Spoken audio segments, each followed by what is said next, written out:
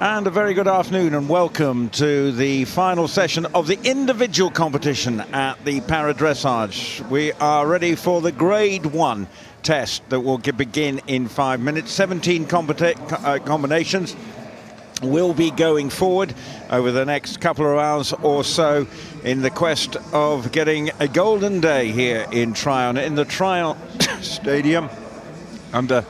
And there is the start list for this competition, beginning in a few moments with the Finnish rider Katja Karjalainen and a star-studded early section, Elke Philipp and Rihards Snikus amongst the early expected medal contenders for this first session of the Grade 1.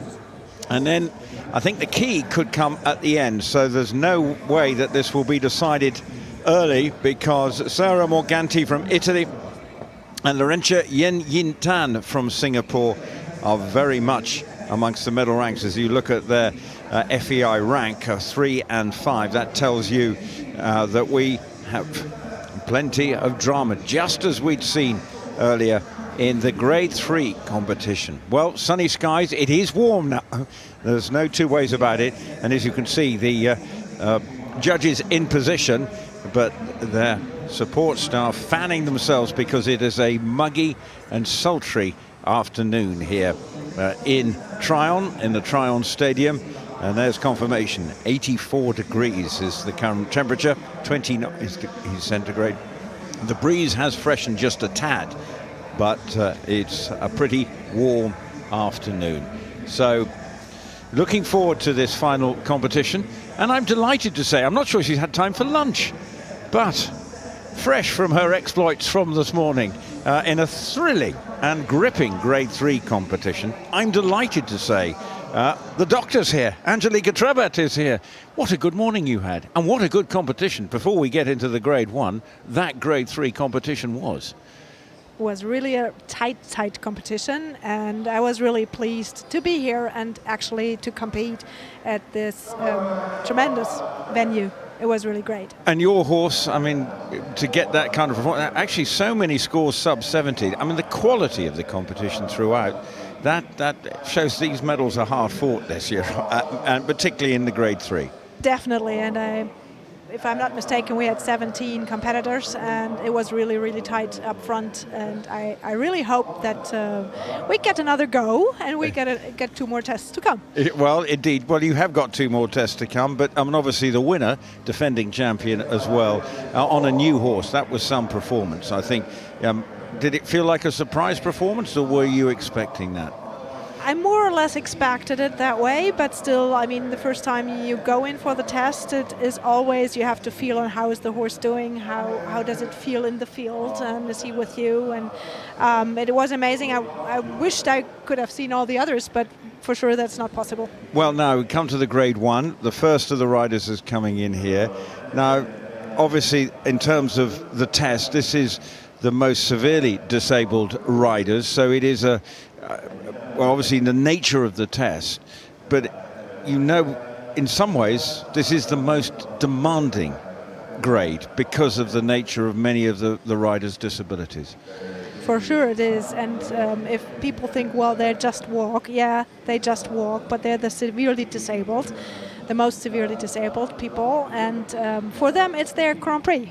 I think you have to keep that in mind. Well, and that's the thing, the backstory, but actually the quality of what they're doing.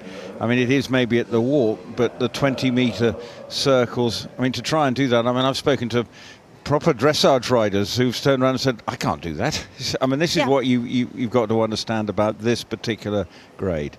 Yes, you have to do everything very precisely and everything on the spot. And the judges also, they have very much time to look at what you do.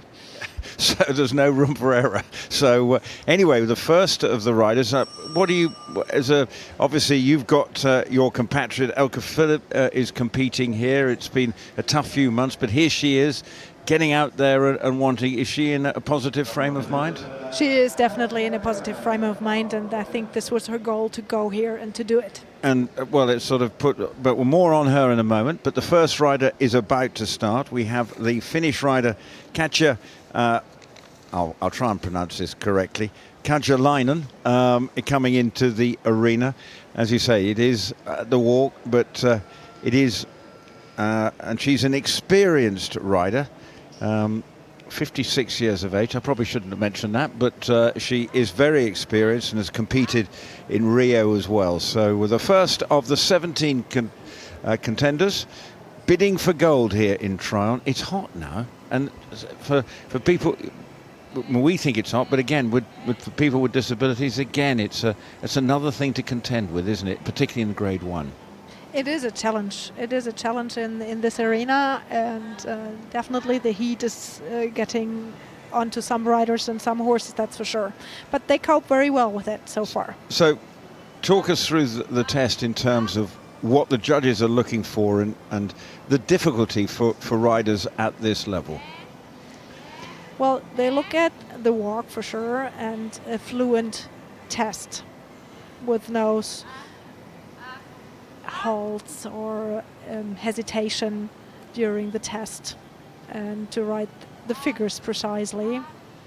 And in Katja's case, there's a person in the arena as well to help her in this case. Yeah, because she's giving her the marks. So since she cannot see them, so she's telling her where she's about. She's not allowed to tell her go more left or go more right. She's only allowed to tell the marks. So it's like you're a B, wherever you are on the course, that this is where, and as long as you know that. You can say, for instance, X, X, X.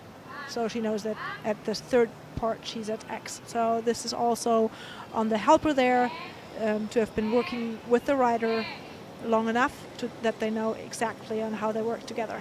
So it's, in many ways, it's like in athletics, you have the runner or skiing or whatever. This is her eyes in the sense of telling her what to do. And this is why you've got to appreciate the skill level and the confidence that someone like Katja, well, with all her experience, has in her horse and in the guide, because it's very significant part of the test. Yeah, you have to listen very closely and not get distracted by the circumstances around the arena, for example. And there is a lot of hustle and bustle, because just behind us we do have the show jumping going on as well, and there's lots of noise, and it's easy to get distracted, isn't it? Yeah, we were allowed to have the other ear covers on this time because of this going on just the next arena. But I said, well, can I put my C coach into the ear of my horse? Because I do give him voice commands. So if he doesn't hear anything, he doesn't hear me either. So I think especially for the people with a severe disabled, it's very important that they have the communication with the horse. And this is also by voice. I can cheat. I can see a guide score down below, which is 7.4.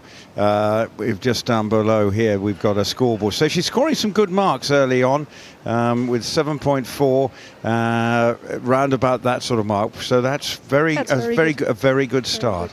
And 71 round about that. So it's a very useful spectator guide that they have here that informs where people are, roughly what the judges are indicating. And anything over 7, you know there's a good test being put together here by... He's very constant. He's constant on the bit and has no doubts. The halt's also very important. If he's square, he's standing off on 4 feet, and then they have to rest for 5 seconds before they continue to walk. And you're very good at doing the 5 seconds mentally. Have you got that sort of... You could do it... You do have to count sometimes. Yes. But it's sort of instinctive, isn't it? Yeah. But the judges are watching. But this is... It's very good normally to have the scoreboard, because it gives you a direct feedback also as a spectator on what you're seeing and how good the judges mark that. But this is a nice steady start and a good start. Very good start from what I can see. Because... In fact, I think there were 7 riders sub 70 in your class. Now that, when you think when you start, you might get 3 or 4 there, but suddenly now seeing 7, you suddenly realize, wow. It's a little bit like in regular dressage, I would say. You see higher marks there also, and I think the quality of horses has really been rising. Well, and coming down the centre line to complete the first of the 17 tests here, and a lovely smile on the face of Katja Karjalainen, the vastly experienced Finnish rider. And I tell you what, that's not a bad score to start with. Around about the 72%, I think that will come in, riding Dr. Doolittle.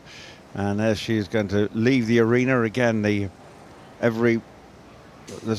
every one of these riders there's a huge story and just the determination to get here. And Katja still doing that and competing and doing very well with Dr. Doolittle in this, the first of the 17. Now next to go we have an American rider. Now America that was a good effort earlier in your class. They got their first medal. It was a fine performance. It was really good performance. Rebecca Hart, and it was really nice to see her back with a new horse, and really impressive horse.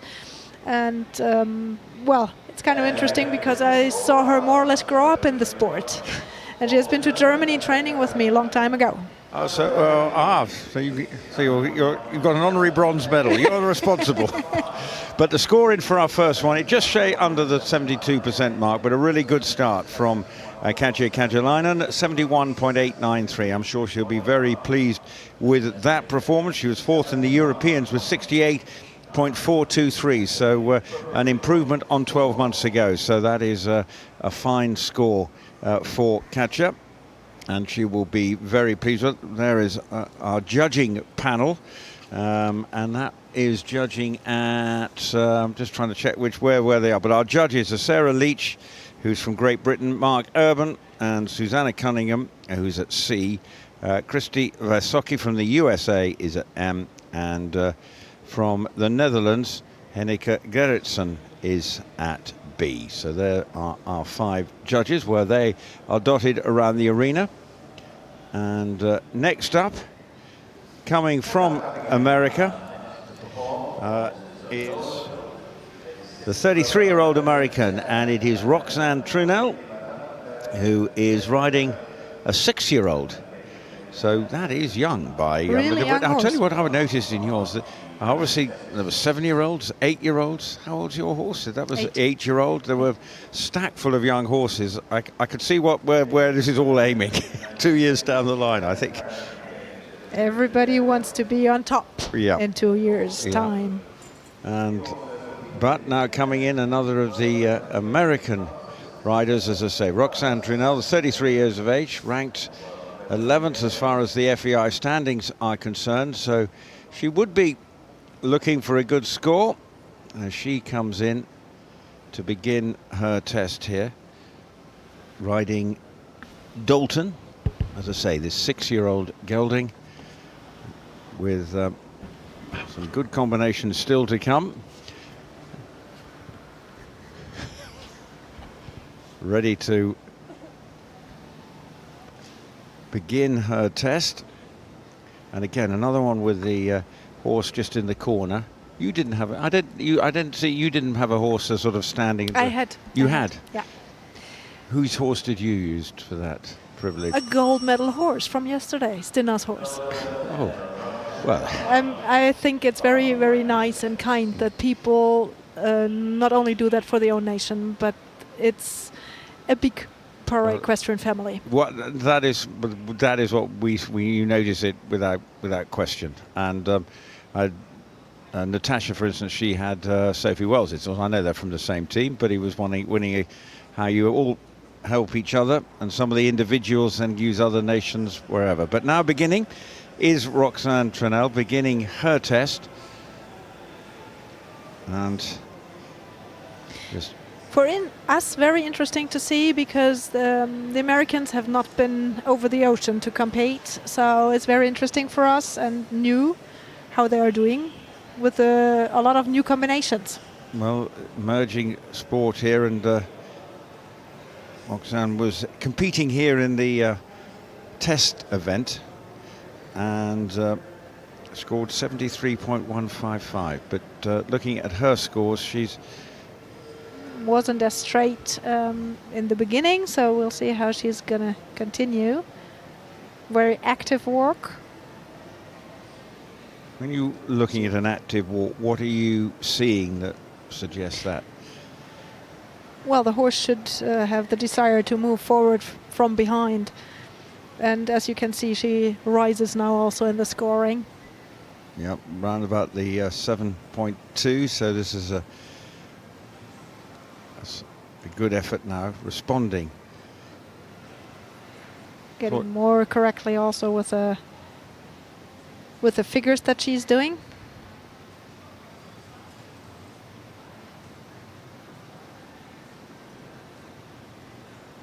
License. The marks are looking very good at the moment. Looking good and constant on the bit. With good light contact.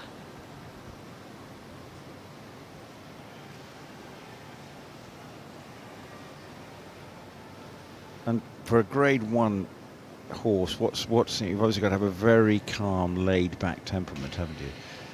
Yes, you want a calm horse, but still you want him to be able to move forward. I mean, they have light aids, the riders, a lot of them do. So he has to have the will to move forward. So if he doesn't do that, then it will also be difficult for them. It is not true that you just need a calm horse for the lower grades, because you've actually got to have a very intelligent horse, haven't you? Because he's got to work out the different signals at times, and it is really the signals, and then you have to discuss that with the co-rider or trainer who is working the horse besides you as a rider, because it has to be the same aids. Otherwise the horse is not able to understand why you want this, and another time you do the same thing and you want something different. Well, the scores are looking good here. They're way into the 7s at the moment. The judges haven't been too keen to give 8s. I think we've seen about 5 during the week so far. Well, I thought that too in our grade sometimes. They don't know what's up to come. Yeah, well, maybe they're just keeping their powder dry for the rest of the week. But we've seen plenty of high 7s, and Roxanne is getting some of those. And this is a good quality start to the Grade 1 competition. Yeah, look at the 3-loop serpentine. Average at a 7.7.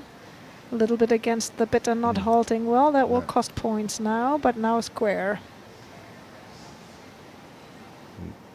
A couple of goes at getting the horse to stop. Mm-hmm.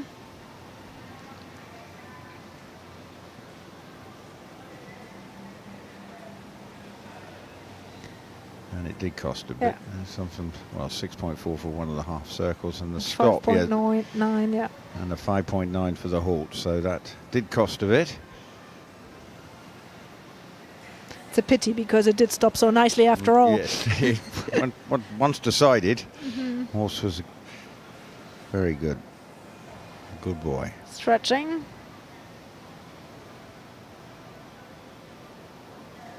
Good stretch. It also is a very big class with another 17 competitors.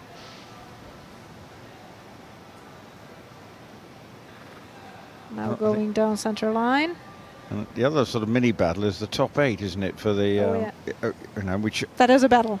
And I tell you what, it was a battle today in your class when you think some of the combinations who didn't make it. I mean, I suppose, but that is very good indeed from Roxanne Trunnell. I think she's going to be. I'm very impressed. And very impressed by that, and for that score, and it probably could be good enough to go into an early lead, but still plenty of twists and turns in terms of the quality. And at the end, of course, we've got I don't know whether they're the favourites, but Sara Morganti and Laurentia Tan from Singapore clearly are amongst the favourites. So, but the standard has been set. I think certainly expecting. And the standard has been set very high. Well, all week actually, and we've seen. I mean, we've had 2 gold medalists that were first to go in their class, Sophie and Sana in theirs, and Natasha was first to go in hers, but It doesn't mean anything anymore at this level, and the judges are just knowing that the first one could also be the best one. Yeah. I'd hope by now they'd have their eye in anyway. So, but I think the eventers tend to get a bit more concerned about that, don't they? Rather than maybe the para-dressage. But we wait on the score for rider number 2 from America. And here comes the scores. And the scores move her into first place, 72.143. These are good scores. Just C was not quite as impressed.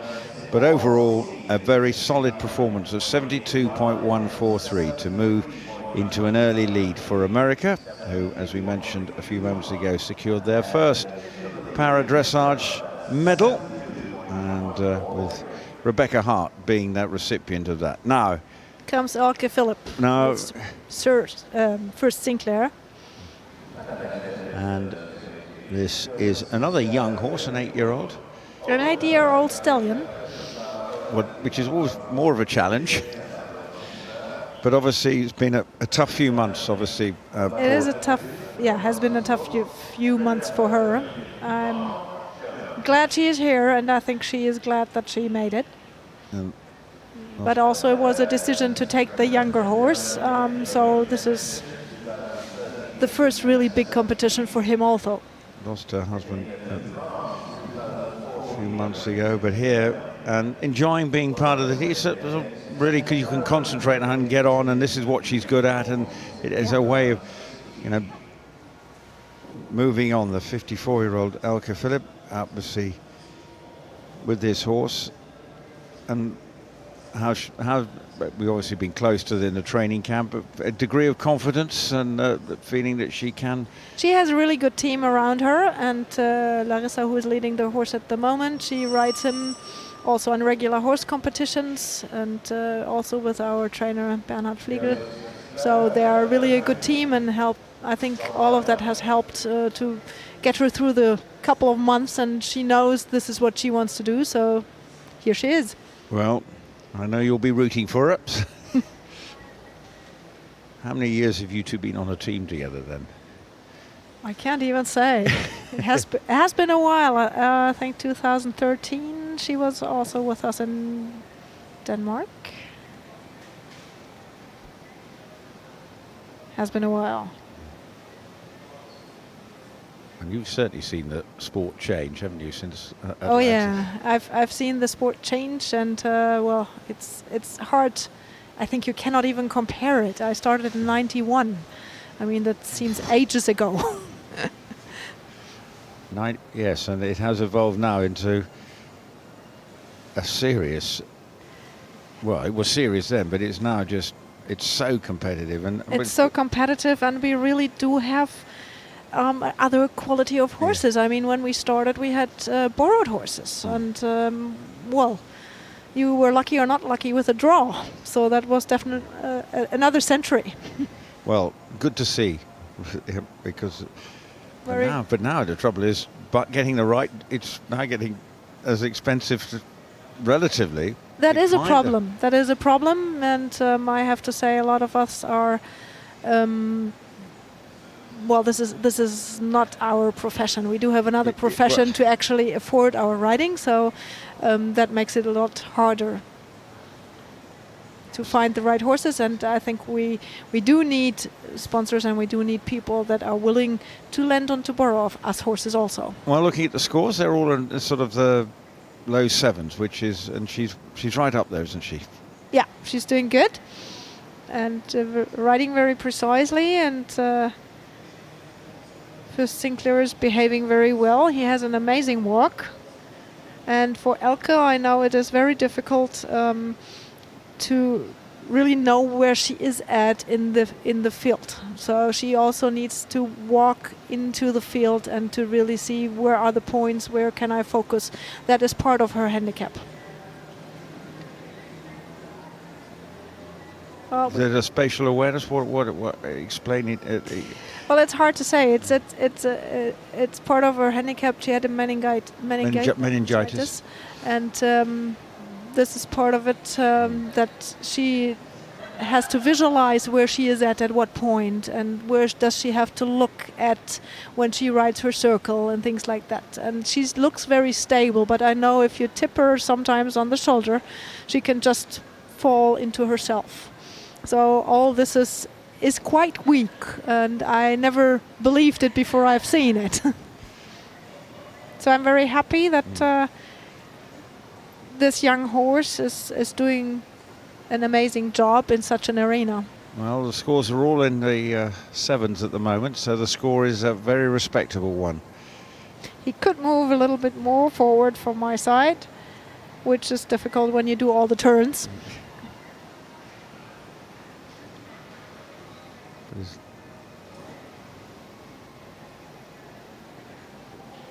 Lovely looking horse. Yeah, he's stunning. And he's very relaxed when you see him in the stable. He was braided while he was lying down this morning. He took a nap. Well, there's nothing wrong with Said, that. well, you do whatever you want. I'm taking my nap now. We have a little siesta early Yeah. doors, yes. We all like a little siesta occasionally. And that horse was all right.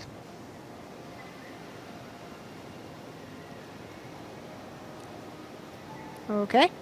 Is that 5? I thought I think it was a generous 5, wasn't it? It was a generous 5, yes. I think so too. And he could be a little more active from behind, from my side. But the halt was given a But good the halt mark. was given a good mark.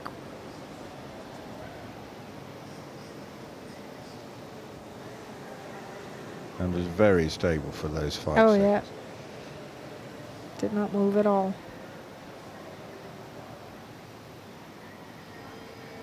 Stretching. Very difficult for her because you cannot just let the horse move and give the reins, because it's very difficult for her to get the reins again. I think this is something you have to realize in those grade 1 rides. Well, coming down the centre line, I think this is a personal battle well fought, I think, for Elke Philipp. Yeah. And Very well done. very well done. And you must be proud. I'm very proud of my teammate. Your teammate.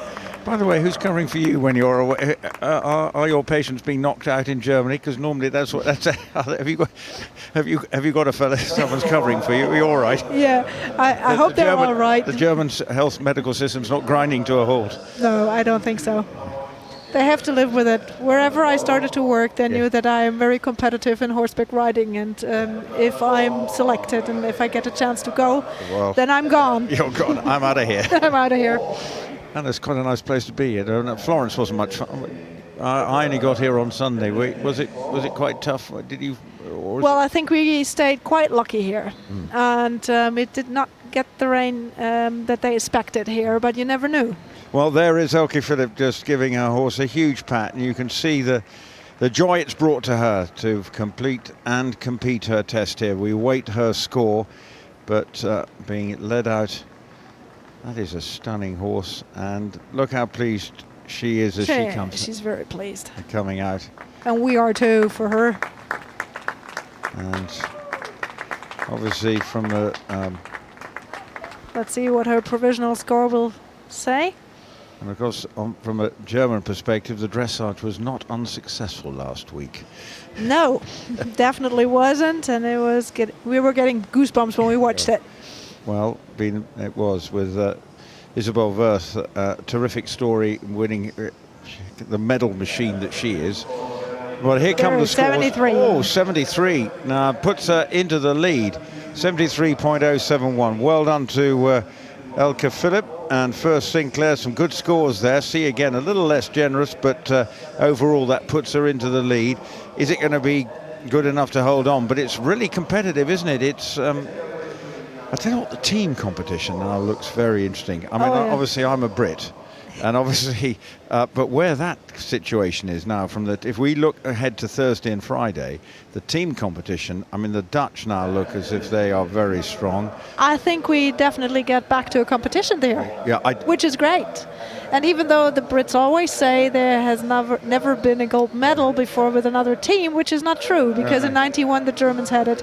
Okay.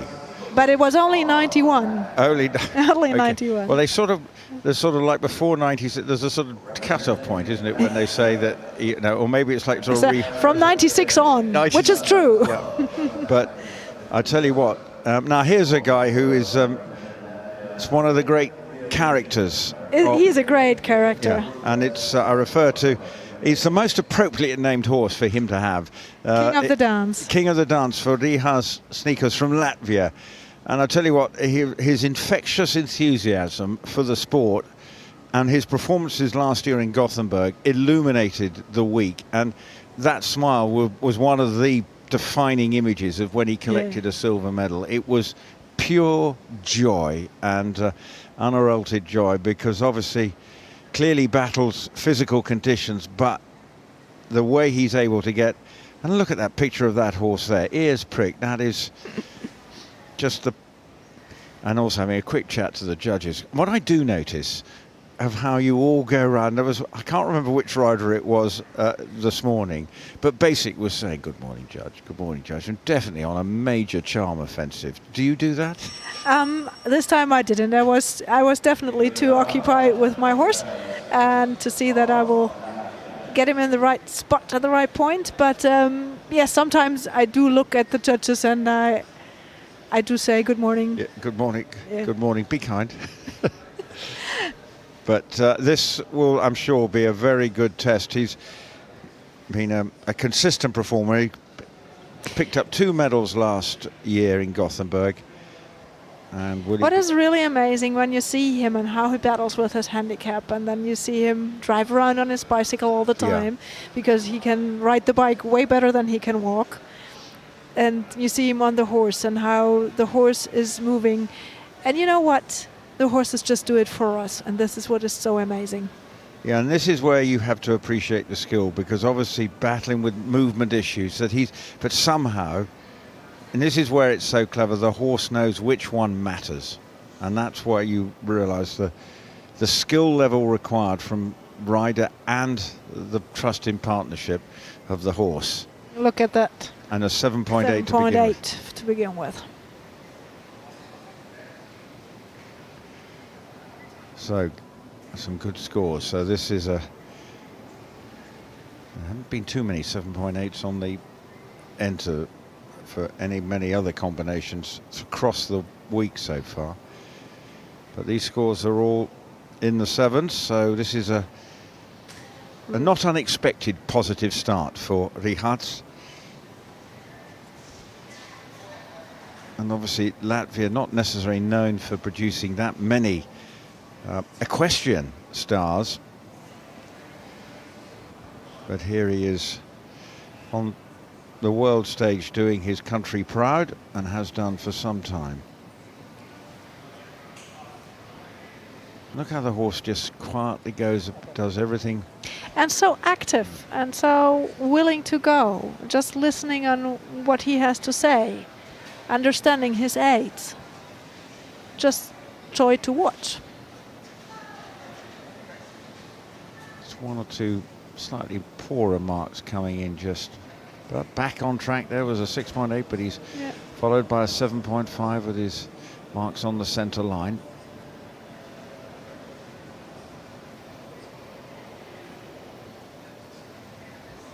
This won't be an easy medal to win today. Definitely not, and many people to come. Yep. Many more riders.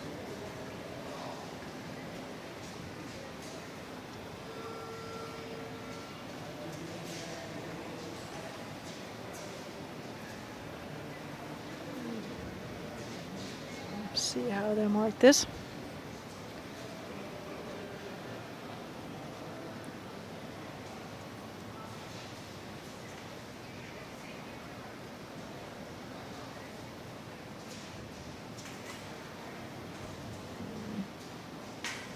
All around about the 7s. It may not be, it's not quite as in the Elke Philipp mark at the moment. Is it maybe just behind Roxanne as well? Looking at the... Might be. He's getting better again. I think in the turn sometimes he was not as constant.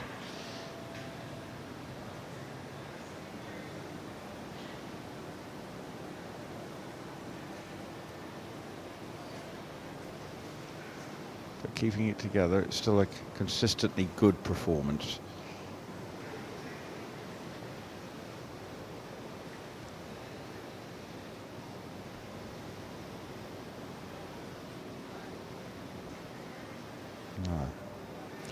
Up to the halt. In earlier times, if you were over 70, that was really, you were close to a medal.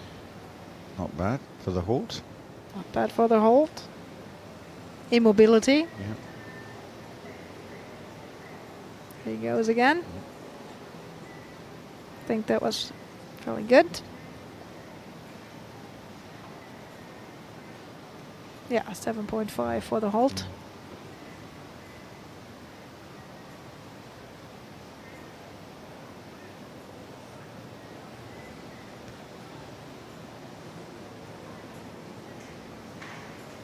See how he stretches.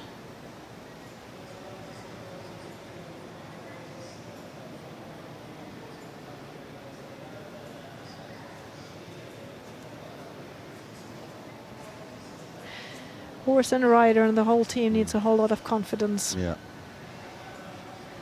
And clearly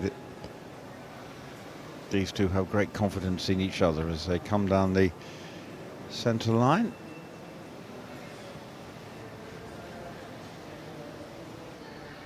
Yeah. Oh, just couldn't deviating at the end. Just a little off the track. Well, there comes a smile from Rihards Snikus. He just enjoys the sport so much and the pleasure it brings to him, and he's so proud of his horse. But a good performance. Not sure it's going to be one to overhaul Elke, but it's there or thereabouts. So, but the 73.143 is the score to beat, exactly 1 point ahead of Roxanne Trunnell of America. But so far, all scores in the 70s, which is an indication of where we're at. Next, we're going to be going to Brazil. And they picked up a medal earlier in the week. That was a great story in itself in the grade 4. Grade 4. Yeah, I've got to say, I've got to remember, the old brain's got to remember where.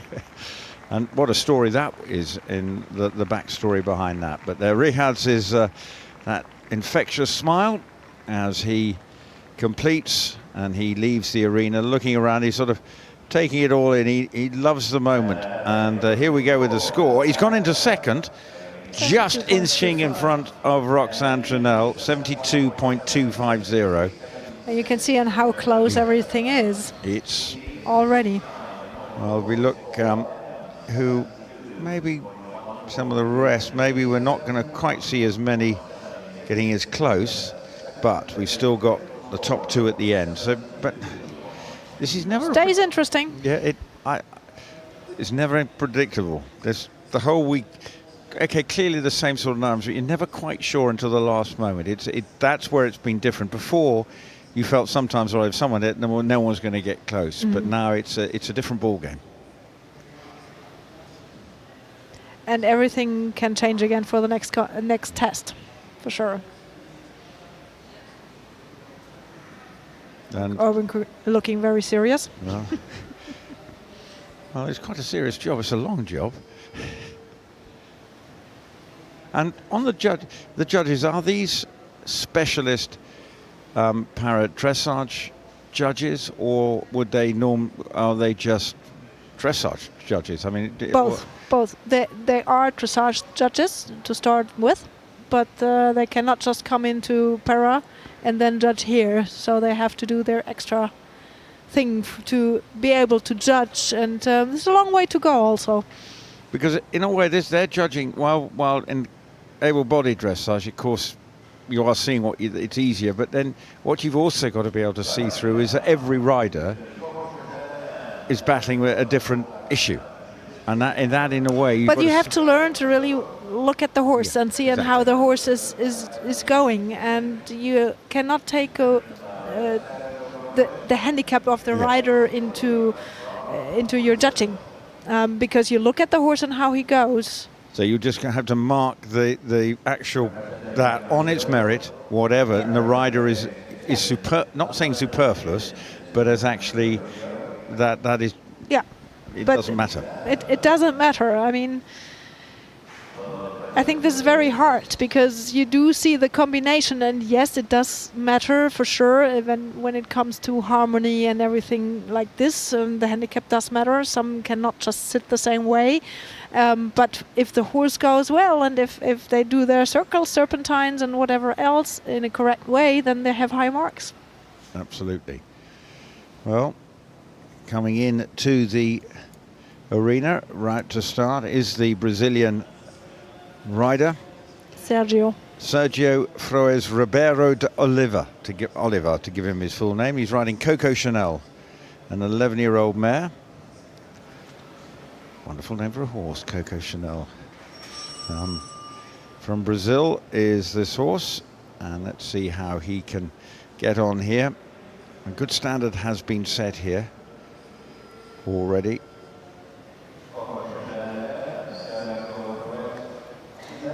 And they've sort of changed the grading classifications as well. You know, the way they've worked, it was sort of 1A, and they've sort of modified as the sport has evolved, haven't they? Well, they now changed it to 1, 2, 3, 4, 5 instead of 1A, 1B. Which is easier to understand, I think. Well, definitely, because it is a full grade. Yeah. He has also been competing in Rio.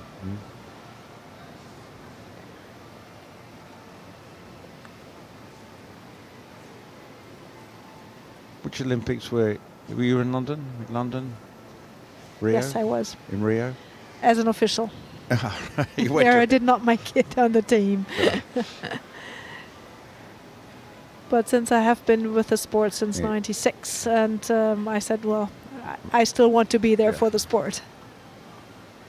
And it was quite an experience to see and how many spectators Rio got in the para-dressage. I think it was even more than in the dressage. Well, actually, many times they said some of the para events in Rio outshone the main Olympics. Yeah. In London, they didn't have a problem getting spectators to anything. No. And I do remember when we went out to walk around a little bit, and I said, well, do you see the line? They actually stand in line for us. It was so amazing. Yeah. 15,000 spectators for dressage, para-dressage. Well, I think the Brits just wanted to turn up to anything that, they did. And I remember going to some on a personal point of view, ending up saying, why would I never normally go to that event? But it was the whole experience. But that's the beauty of the Olympics. And yes. It's the great shop window. But here, this is... Sergio is doing okay, but not as precise sometimes as we have seen before. But they're in the high 60s, sort of. Yeah. So it's not bad. And not at all. And the horse is a super horse with a very good walk. Very clear 4-beat, which helps quite a bit in the turns a lot of times. Explain, a clear 4-beat. Well, when you see the horse and how he moves, and you don't want the lateral move at the same time, like a camel would do that. Yes. You definitely do not want that. So you want a clear 4-beat, and sometimes if the rider can not really give a lot of aids, if the horse does not have a clear 4-beat, then sometimes this comes out more. I'm with you.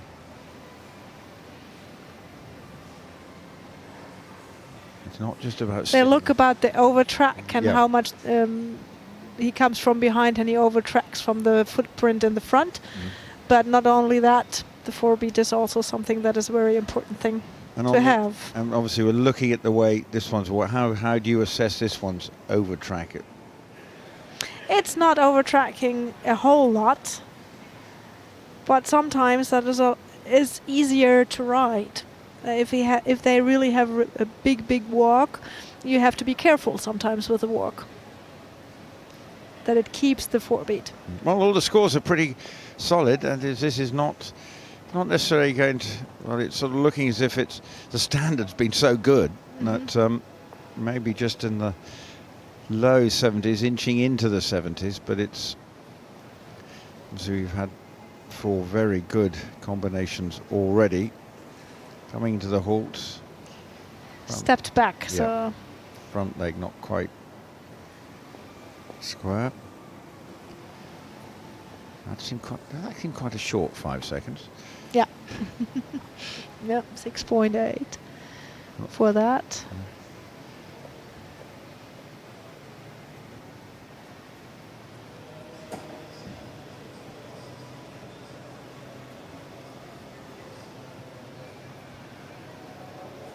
Stretching.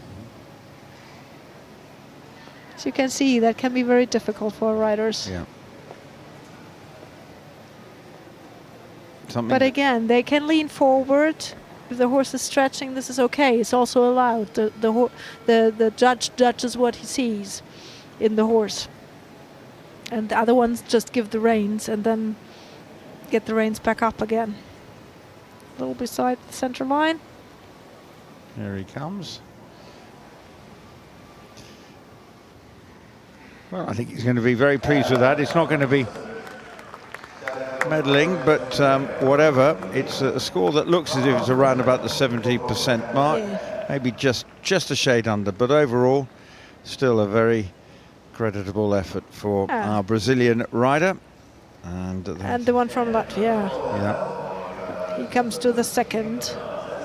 72.179. Yeah, there's the confirmation, the official score. You get them and then they sort of make sure that if there's any, just do the official before it's provisional and then it becomes official. It's the way it works. Just in case there's a computer malfunction.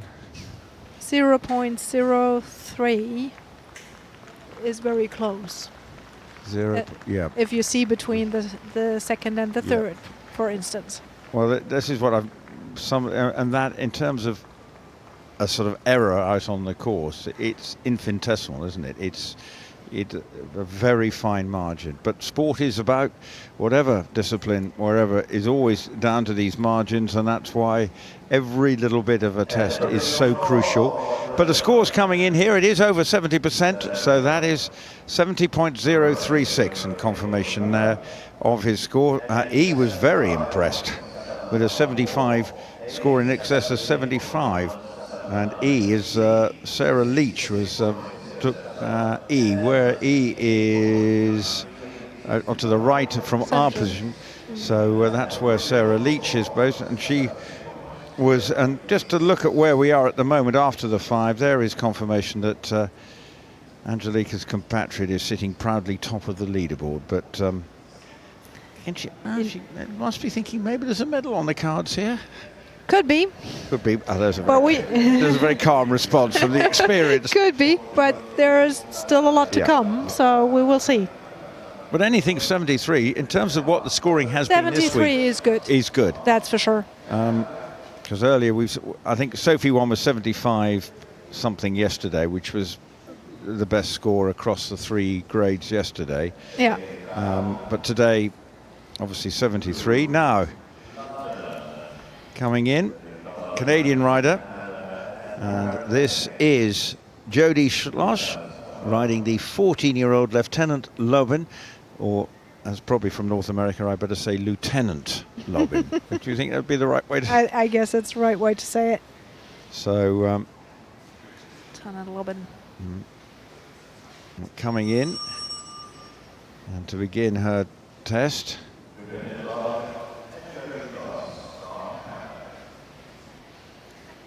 The arena and the facilities here are very, very nice. This arena and it is a pleasure to ride here.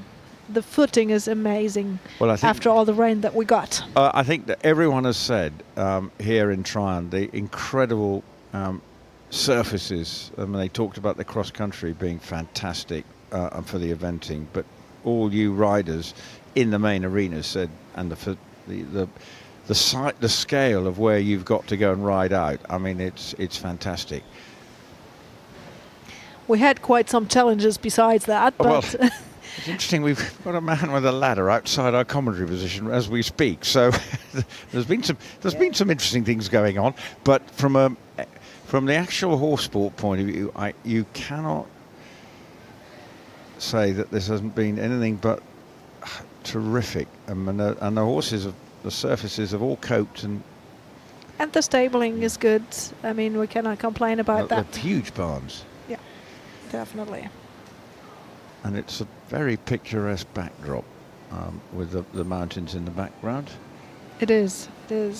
And from an athlete point of view, how far? Because it is quite rural here. I mean, in terms of logistics for you getting in and out, how far away are you? Sort of from 45 to 60 minutes. Okay. No, it is long days because it's not that easy to just get back and forth.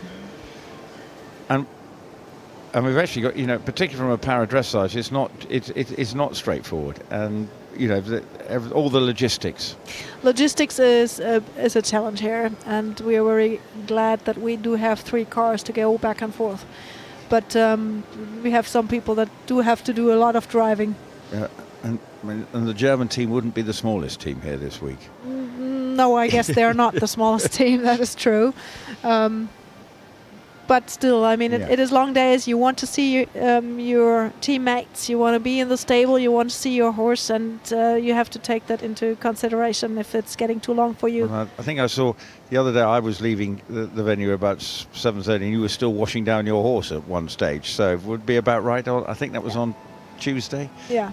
Because I think you probably had a training. We had a training pretty late inside here, which is important that we get into the main arena.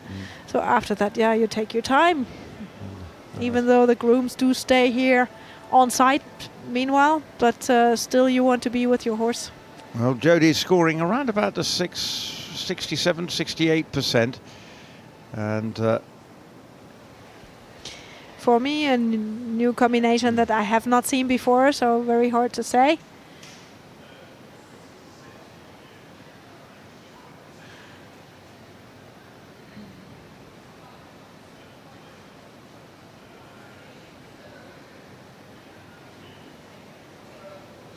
It is a very sultry afternoon, but then that's par for the course for Karjalainen.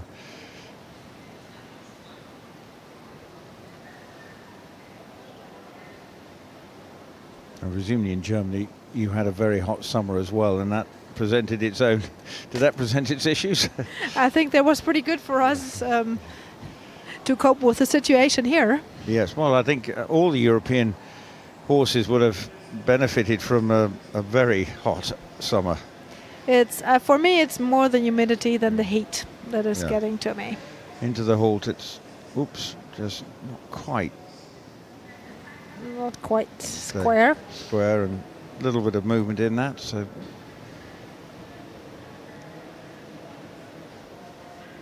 but again, you've got to get the horse to respond and know when that's it, time to stop. Just only 6 for that is punished accordingly.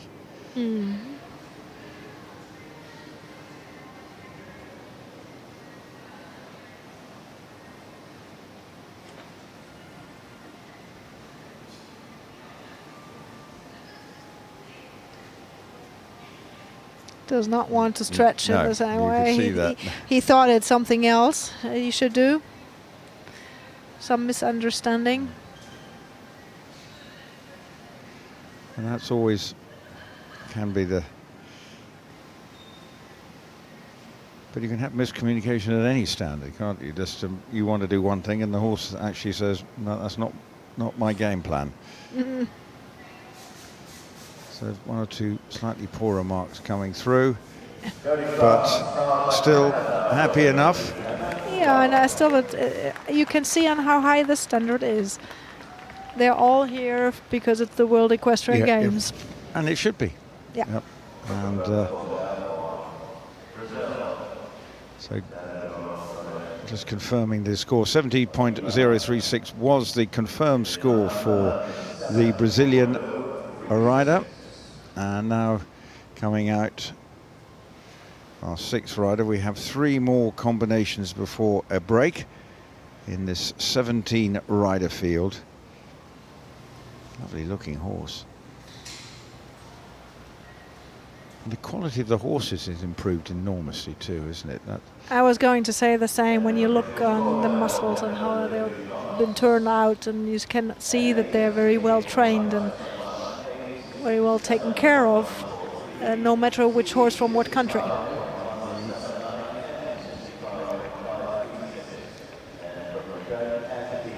And the size of the Para-Dressage family has just grown enormously. I mean, when you turned up in Atlanta, how many athletes or how many would there have been? I would have to look that up, actually. Yeah, but you probably didn't feel we were many. quite some, but And just confirm the score: 66.893 of Jody Schloss, putting her into 6th spot so far. But that still time, but 6th is where she is. And just looking at the 5 scores in the 70s. But I mean, if you now we are in a stage where I don't know what it is now, but what may have been 120, 130 something in Atlanta, or would there have been more? More what? Riders. Riders, no, it was less riders. The big difference was just the borrowed horse situation, and you would come here and you would actually invent the freestyle on the spot. Well, after you have chosen, somebody choose the horse for you by draw. So you cannot really compare anything. I know mine was a lovely horse, but just a hunter and jumper. So she was really sore by the end of the week, and I got asked on how much they would give me to train him on dressage. But which was nice was I still do have contact with some families that lend us the horses. Well, next is Julia Sciancalepore from Austria, riding a black 6-year-old gelding, another young horse. And this is Heinrich. And coming into the arena, being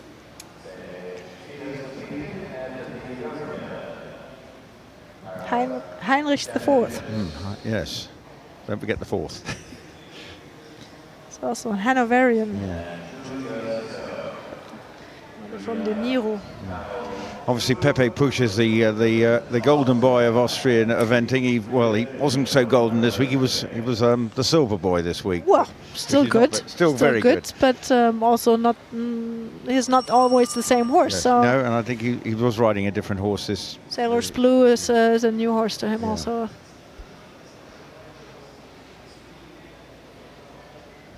Right. Well, let's see how Julia can get on. Horse just was led round.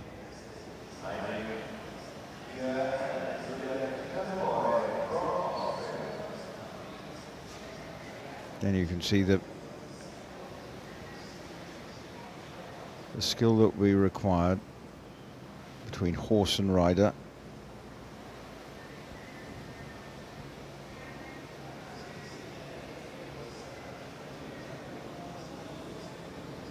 Well,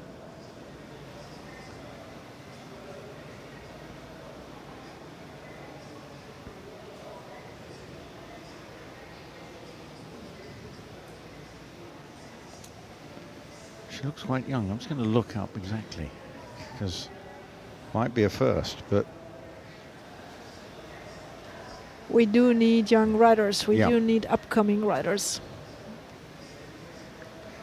But clearly a lot of federations are investing in, because of the Olympic nature of the sport, but also but it's not that easy. You know, it's not that easy, and then it's very demanding. It's a very demanding sport. You cannot just do that by the side, and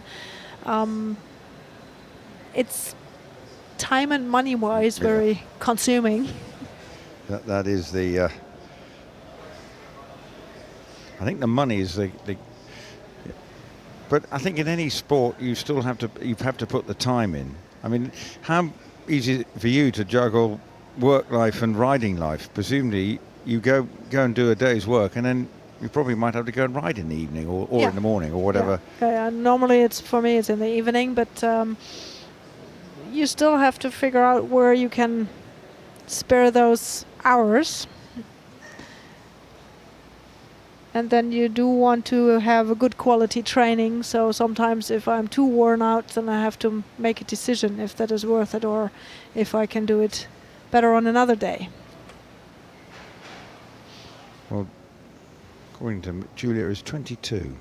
Yeah, so she's fairly young. And the kind of mark she would be, has been scoring is around about the mark that she's currently sort of trending at, around about 68, 69. Yeah, 68.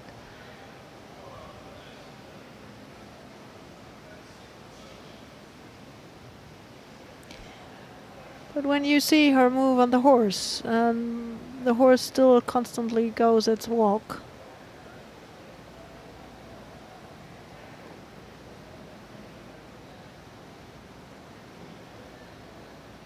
She's pretty media savvy, because you can find that she's always loading. She's promoting herself. She knows the game. But that's all partly we can have sponsors and everything, and clearly with Pepe around, the profile of the sport in Austria is significantly I think that helps high. a lot if you have a role model and if you have somebody in the country who's promoting the sport, is well known, and also the other team members can profit of that a little bit.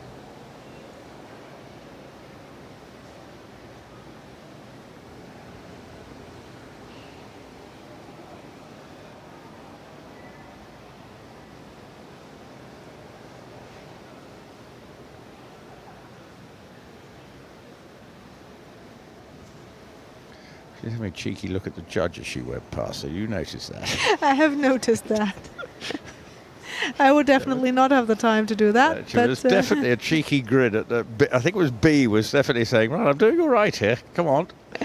Into the halt will be, because B's the one who can really see the halt, and just will notice it's not quite. It's not quite straight and square. She stays around 6.7. 6.8.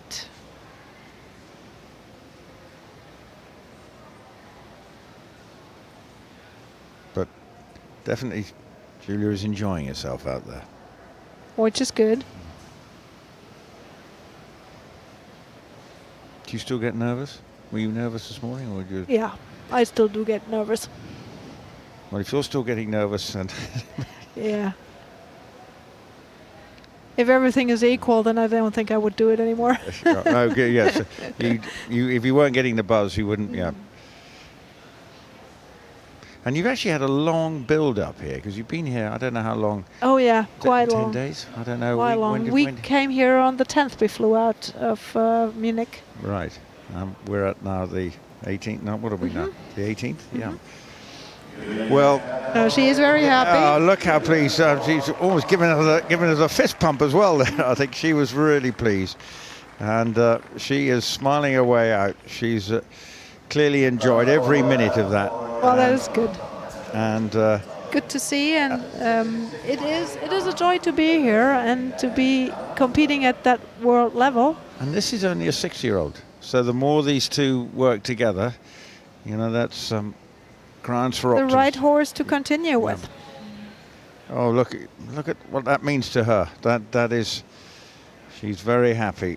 And well, the groom wasn't exactly smiling away. He didn't give too much away, did he? Well, okay, you did what you had to do. But look at the Austrian flag cheering her on.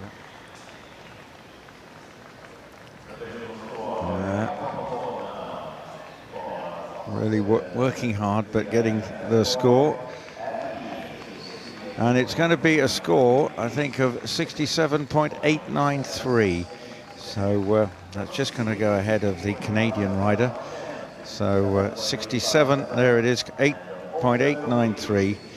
And a very even spread of marks there for the judges. But still, given that this horse is a 6-year-old, and there aren't many 6-year-olds been competing. Well, Roxanne was on one. I've seen obviously 7-year-olds in your class, but 6-year-olds, that is getting, there aren't many. And they may be the only 2 in the week here. Just check if any of the others got 6-year-olds. Nope. 8 and 9-year-olds. So 2 more to go. Yeah. 2 more to go before the break. We've got from Hong Kong, Putin Natasha Zay, who riding a 12-year-old, and then from Portugal, Jose Augusto Neves, before our 20-odd minute break.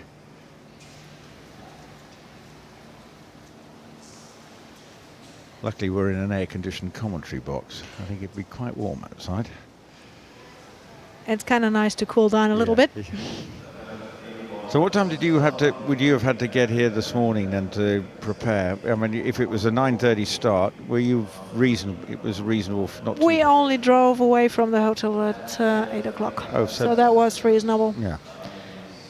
No big deal. I mean, for competition days, if it's 5 o'clock, it's 5 o'clock. It is what it is. It is what it is. And that's what you're here to do. You're here to... Yeah. We're not here for vacation. No, no.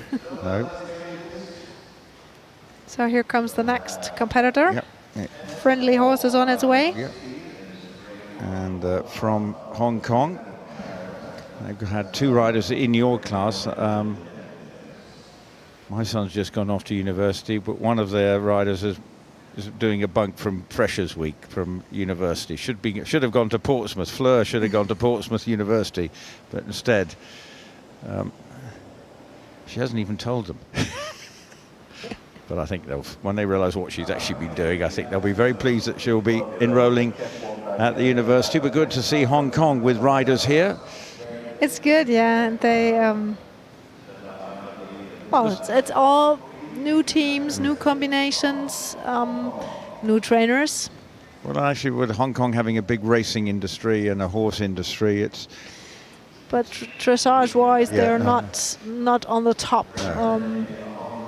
But most of their horses, if I'm not mistaken, a lot of them get owned by the jockey club. By the jockey club, yeah. So therefore, it's a very good way of using race horses. And I know a lot of retraining of race horses. It's an important aspect of horse welfare, and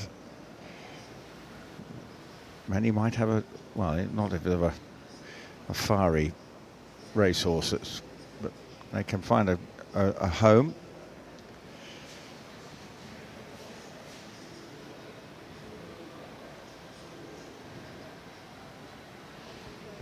Yeah. 22-year-old. Is he? He's 22 and the horse is 12.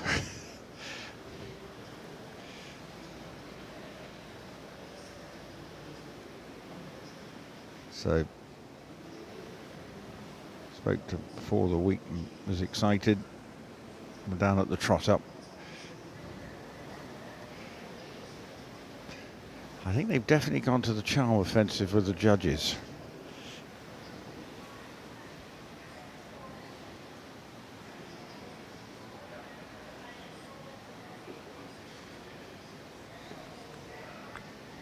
Were you out in Beijing or Hong Kong? Were they? Yeah. Presumably they had the para-dressage in Hong Kong, did they? Yeah. We all were there with our horses. Was that at the race course? Was it? Where did they stage? Yeah, we were at one race course, but not at the one really inside. There was Happy Valley, and then there was they've got 2 Shutting now. Yeah. Now we were a little outside. It's not Happy Valley. Not. Was also a very good facility. The most time that we spent there was getting the horses in and outside because it was air-conditioned stabling, and to get them back in the cool took us longer than anything else, actually. Yeah, all right.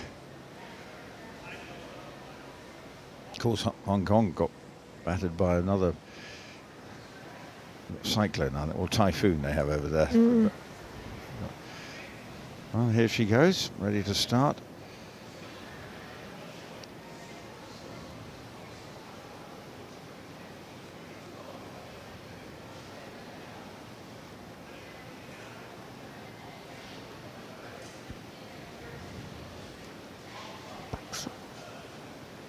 Yeah, yes.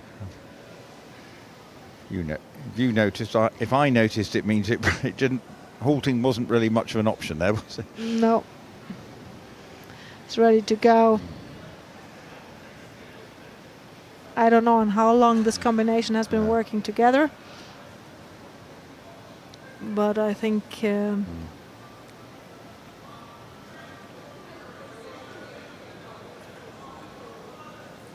there's room for improvement there. Yes.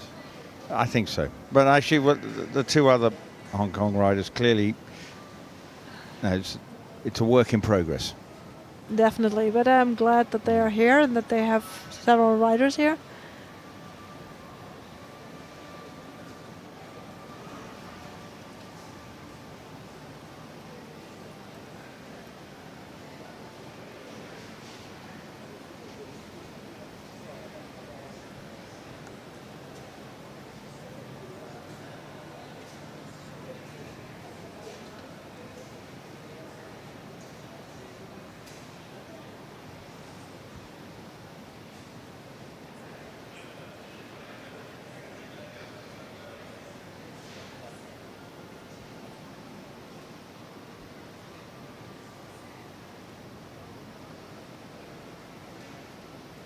Well, she's 20 years of age, suffering from cerebral palsy.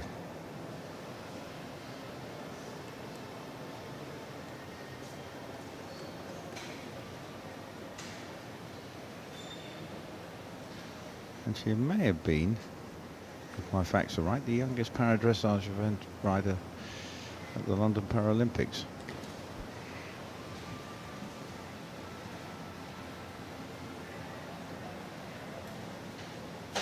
She's definitely one who extols the virtue of riding to help her can deal with her and confidence, the self-confidence that comes from riding.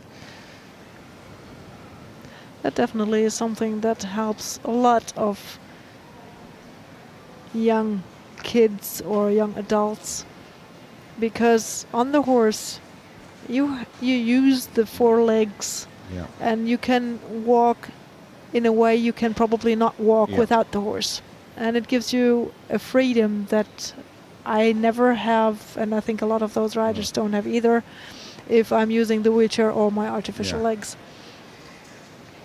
And for once it's you that are holding the reins, and it's you steering, and it's not somebody else telling you to do this and to do that. And I think that is has a lot of importance also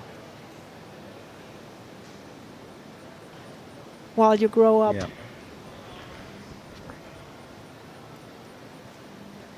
Yes, the therapeutic benefits, just the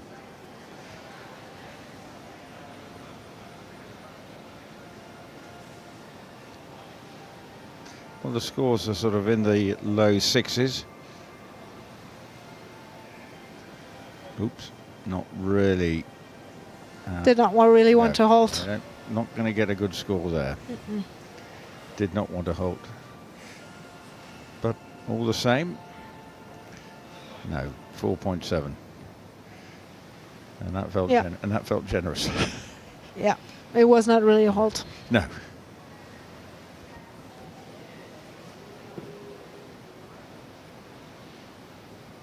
Now we'll have the stretching.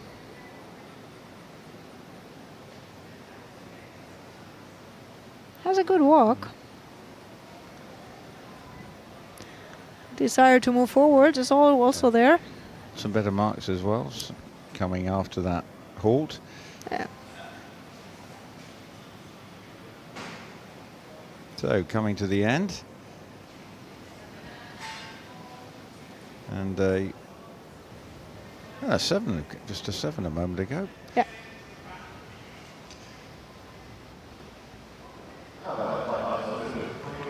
So They have all the tendency to be on the left side of the center of the line. I don't know.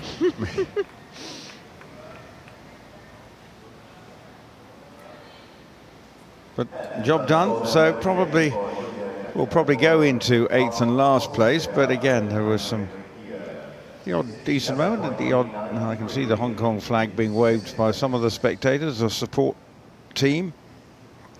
But been a tough day for the 3 Hong Kong riders, but it is a learning curve. It's about learning and getting the competition and seeing where the standards are, where you need to improve.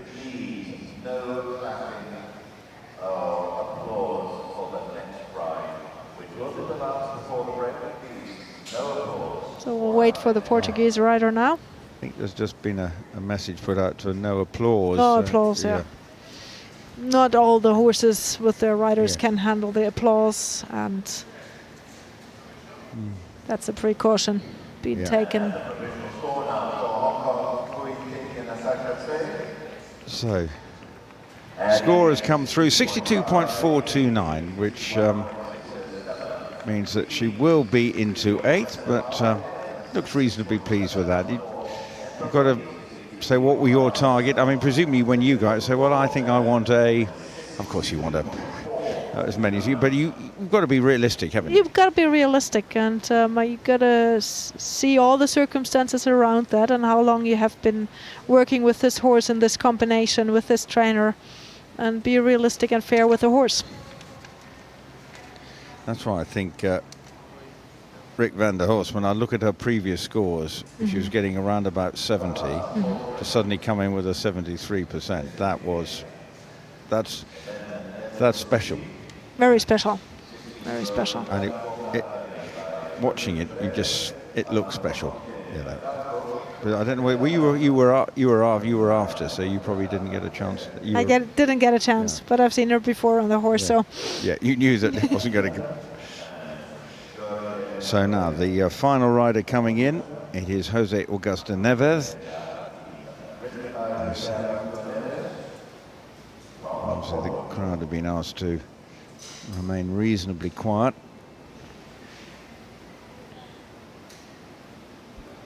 A 45-year-old.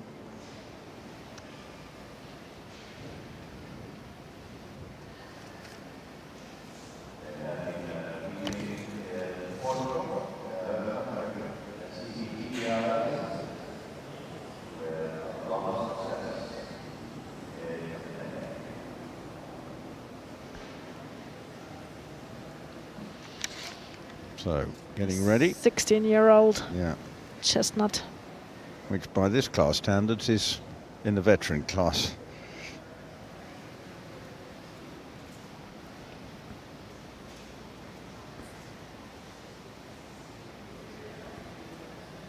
So the final rider then before our break, where they then just send the tractor out just to smooth out the arena again. And then we'll be getting into the final stages, and in that final session, the last two look to be the ones who could challenge Elke Philipp's lead of 73.143.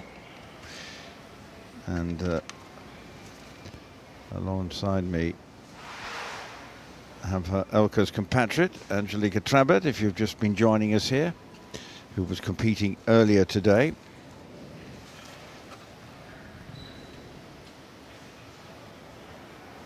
So thanks for having me here, because this is definitely a different point of view. Have you not done this before?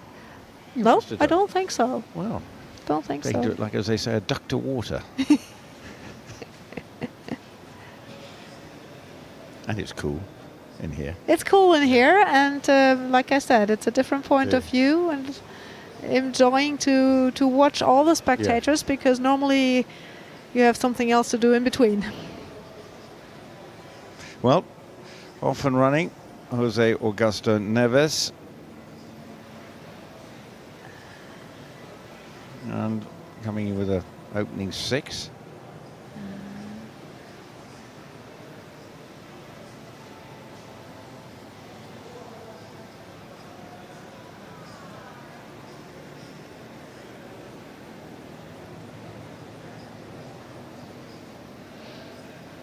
For me, it's always amazing on how the horses still understand and where the rider wants them to go and what to do. When I look at him, a challenge to really give the horse the aids that he needs.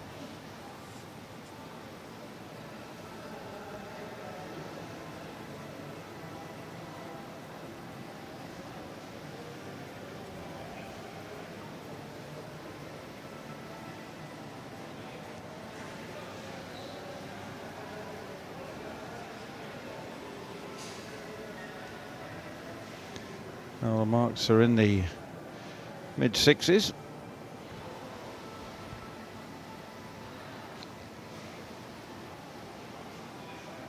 There's also for many of these riders just to get the sort of physical effort to get onto the horse and do it. That's the other thing. It's fine here, but it's the backstory, even maybe back out in the arena, being physically ready and mentally ready to be able to come here and do it.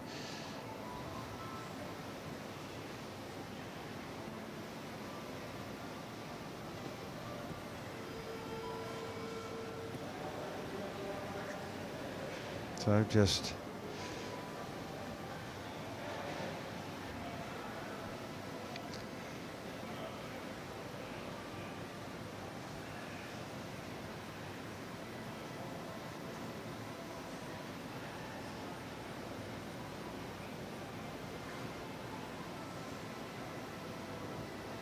the marks all a little bit disappointing at the moment. Yeah.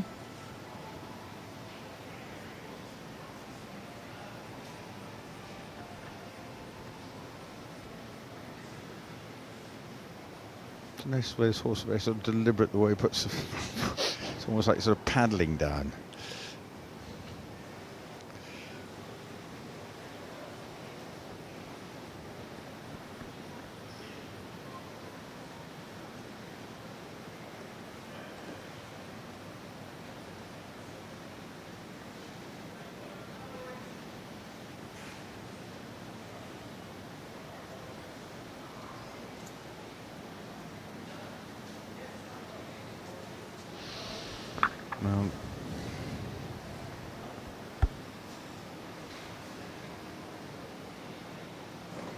Quite a big challenge for him in that test. Yeah.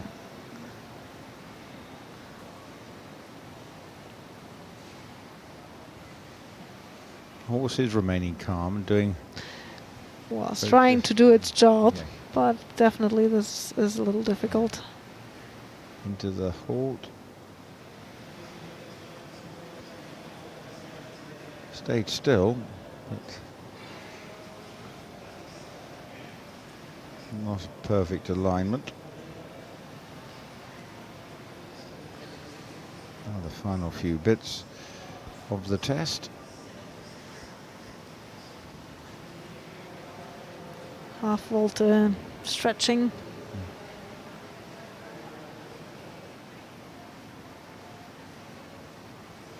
That'll be the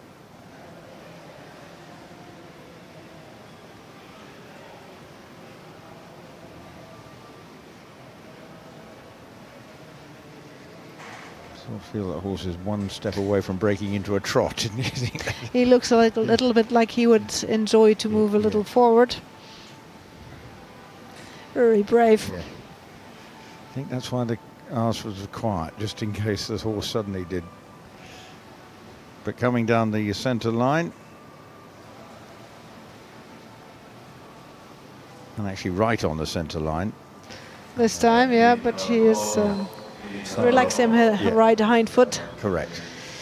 Well, that's the end of the first session of the Grade 1 competition with Jose Augusto Neves, the last of the first group of riders, which has seen some pretty fierce competition at the top end of the leaderboard. And there's not much has separated the top four. Just 1.43 percentage points separating the top four, and that's not a lot. Definitely not, no. From the moment we started with Katja Karjalainen, as we just look at a horse who seemed to be teetering on the edge to wanting to explode into life, but has been kept calm. And as we await the final score, we have another 8 more combinations to come forward, beginning at about 3:15. And the last 2 perhaps are the ones that will be making the biggest impact. There is another Portuguese rider to come, but it will be Sara Morganti and Laurentia Tan who will be the final 2, and obviously much could be expected of those 2. We await the score before we take a break, and here comes the score, and it's 61.321, so we'll go into last place. And so the overall standings, and Angelica will be happy. It's happy viewing at the moment from her perspective, as her compatriot is sitting at the top. Elke Philipp is at the top with the Fürst Sinclair, 73.143. Rihards Snikus in second on a 72.179. Then Roxanne Trunnell on 72.143. They're in the medal positions, but I can assure you, I think that will change. But if Angelica's sticking around, I'm sure she wants it to stay as it is now. But we'll be back in around about 20 minutes' time for the conclusion of the individual competition here in Tryon, the final phases of the Grade 1. Do join us shortly.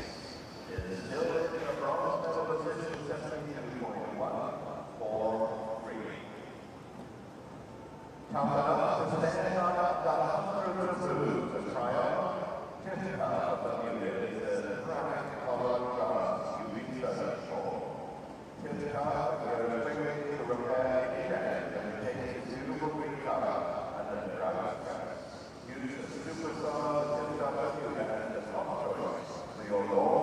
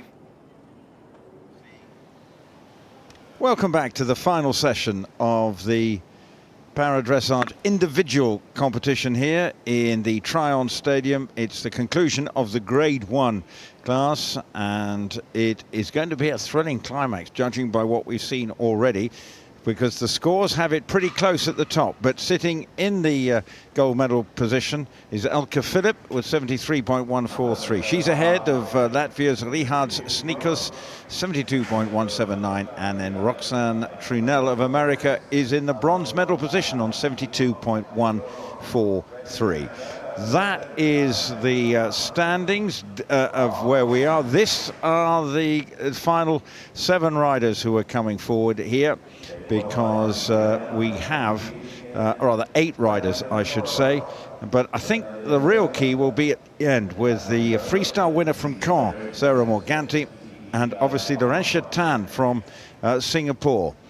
They could be the big influences as to whether Elke Philipp can hold on to this gold medal position here. And I'm delighted to say she's still with us. She's had a busy day because she was in action earlier.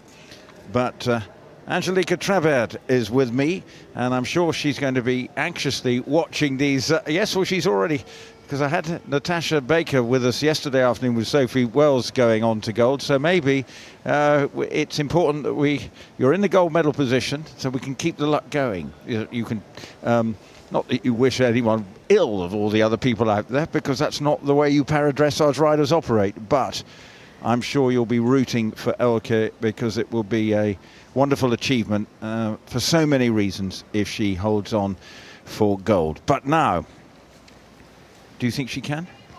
She can. She can. I'm sure she can. Thank you for having me here. Well, it's a real pleasure. Looking out over a sun-baked arena that has been re-harrowed, ready for the first rider to come in. And I'm always rooting for anyone who's 59, and I am now for Winona Hartvik from Canada. And she competed here in the test event here earlier this year and scored 65%. So on the basis of that, we're probably not expecting her to trouble the leaders, but you never know. And but experienced rider coming down the centre line to begin her test on her horse, who is an 11-year-old grey gelding that she co-owns. This is Ultimo. And beginning the test. And all right with a 7 to open up with.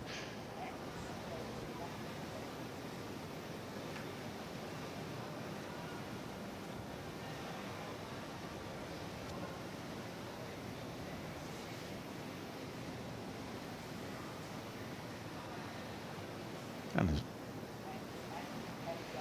solid enough start.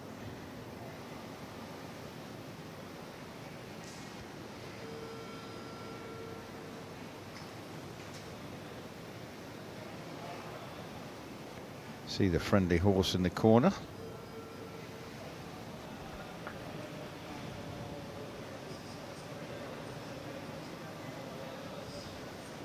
Looking quite encouraging, isn't it? Looks encouraging, and I'm very happy that, as you saw before, the horse spooked once going around the arena.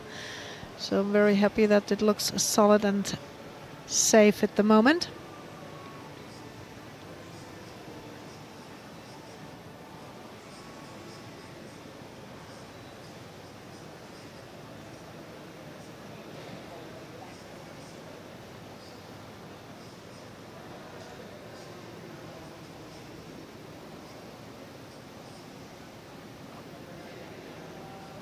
Being up in the high 60s, low 70s, so I think that is pretty good start for the Canadian rider. Already one Canadian rider has gone in this particular grade. Jody Schloss went and scored 66.893. This definitely looks infinitely superior to that on the evidence so far. Always interesting to see when you see new combinations, also new combinations trainer-wise, as the Canadian trainer used to be with the Brits. Clive Milkins staying on the left-hand side here. Yeah.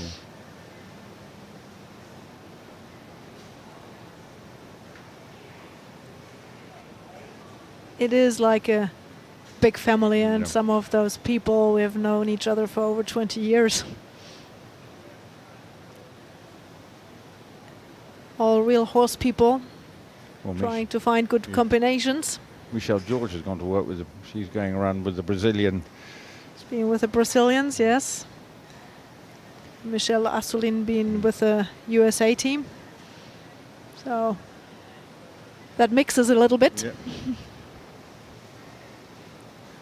Nature of world sport across any sport, they just go and find the best available. Yeah. Doing her 3-loop serpentine, not looking bad at all. Well, looks as if she's nearly at the sort of 70%, which would put her into 6th spot ahead of Julia Sciancalepore, who's from Austria, who smiled her way round.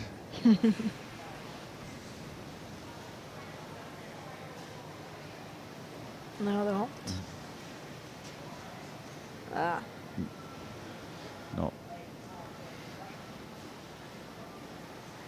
The friendly horse is more afraid than the other one, I guess, at the moment. Yeah, the friendly horse looking all over the place. Not interested. Not interested in the test, but the spectators walking around.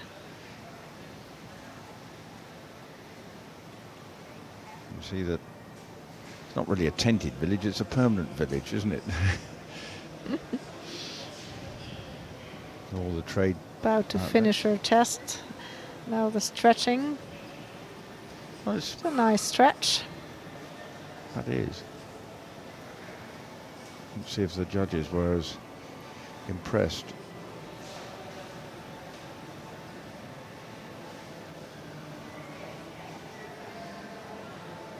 But it's all Down the center line, but it's a solid test with a lot of confidence. Building up now, I think. coming down the centre. Nicely straight coming down. And there's been some good little score. Oops, just a little. Just a little bit off the track at the last moment, but I think she can be very happy with her horse. Or saying, "Oh, have I done this good?" Well, clearly has. Hold immobility was 7.2. So I think that's Pretty good. well. Fifth spot is currently held by the Brazilian, who Sergio Oliva has scored 70, just over 70%. So maybe somewhere could be close to that. Close to that mark, yeah. And that would be a great achievement. So the horse now leaves the arena. And then we're mentioning just the Brazilian rider. Well, there's another Brazilian rider about to come in as we look at just some of the little routines, but very steady and fine in the end. Decent performance, but we wait on the score. Wait on the provisional score for her. Which somewhere around the 70%. Whoop, horse just spooking a little bit there. It's always an anxious moment, but all calm. I'm glad inside the arena that was not a point. Confident there. But 69.893 is the score here. M was suitably impressed. M and B were quite impressed, actually. M and B was, well, M 73, both scoring 73%. M was... Gerritsen was quite impressed with her. And how do you pronounce that? Gerritsen? Yeah. I don't know if it's right, I'm not Dutch. Gerritsen, yeah, right. Hanneke Gerritsen, right. And then Christy Vasocki from the US of A gave them scores in the 70s. So there is still the latest scoreboard. So there we have it, into sixth spot for Winona. Now from Brazil, coming into the arena is Vera Mārtinsone on a 20-year-old. So we've got the full spectrum here from 6 to 20 in terms of age, and it's Ballantine is the name of the horse. And just being led into the arena. And can she produce a decent test here as we come to the end on this gelding?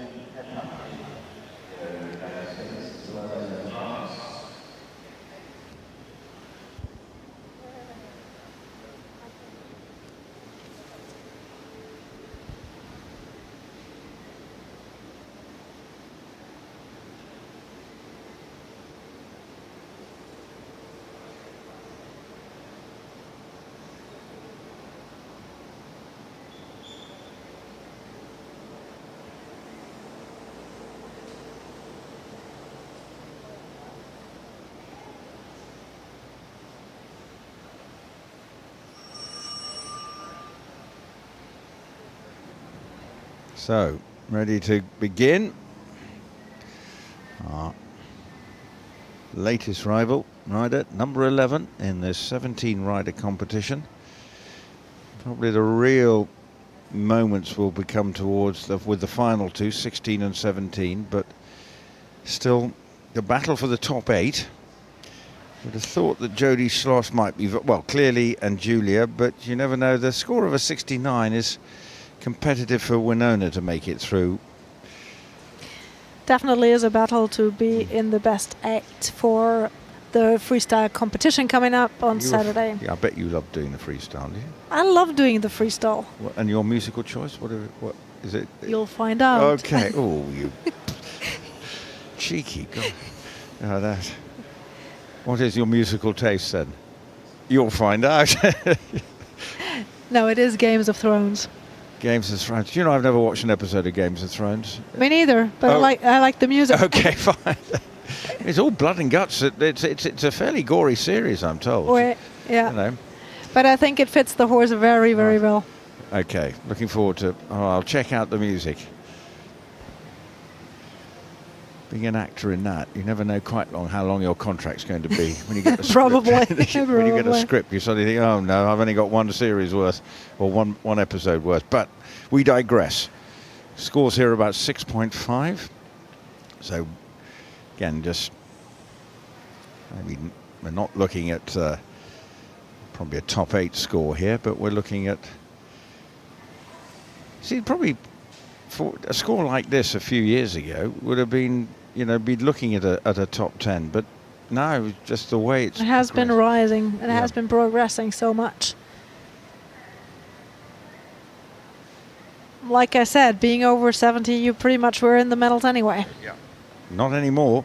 Not anymore. You've got to be mid-70s. You've got to be looking at, heading towards mid-70s for medals.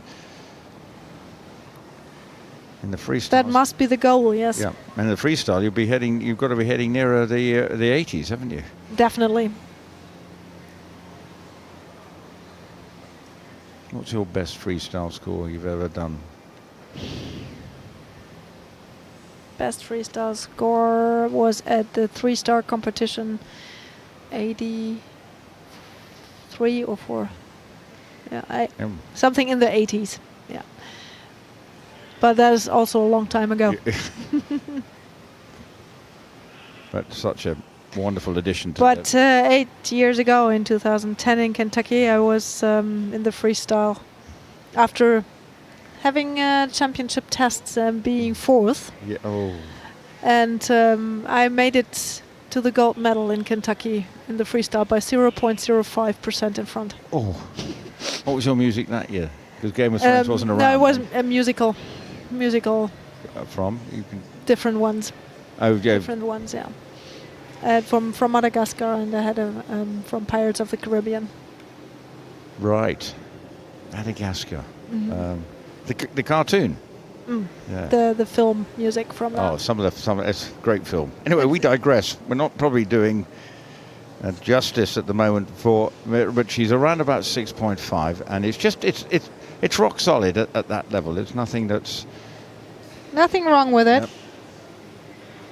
Really nice horse. And you can see that it's obviously very hard as well for Vera as well, battling with her disability, but she's keeping it very consistent. And I suppose whatever level you're at, that's what you want to see. So when you come out of the ring, you say, well, everything was there or thereabouts, knowing that that's what the horse does. Yeah, is it that what I can do at the moment with this horse? And I think then you can be happy with yourself. And PB with a horse as well, when you're competing at this level, then you think, well, that'll do.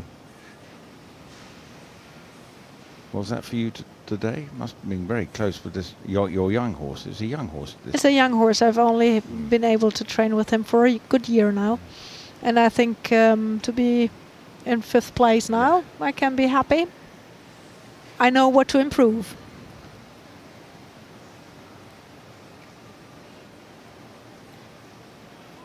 And the stretch.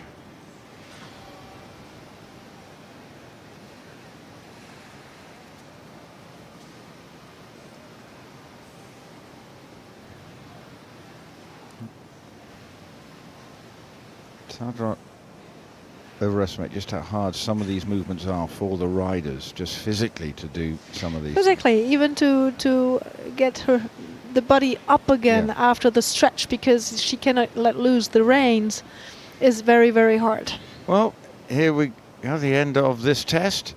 And you can see how the spasm is keeping her from moving the hand in another direction, for instance. No, it was a solid test. And that just puts it into context, you know, it's physically and mentally extremely hard when you're battling a condition like Vera is clearly, but yet she's able to get her horse to perform to a very solid level without any obvious difficulties and getting some really decent scores along the way. But it's probably going to see her around about 9th position after when they give the scores, but fair play.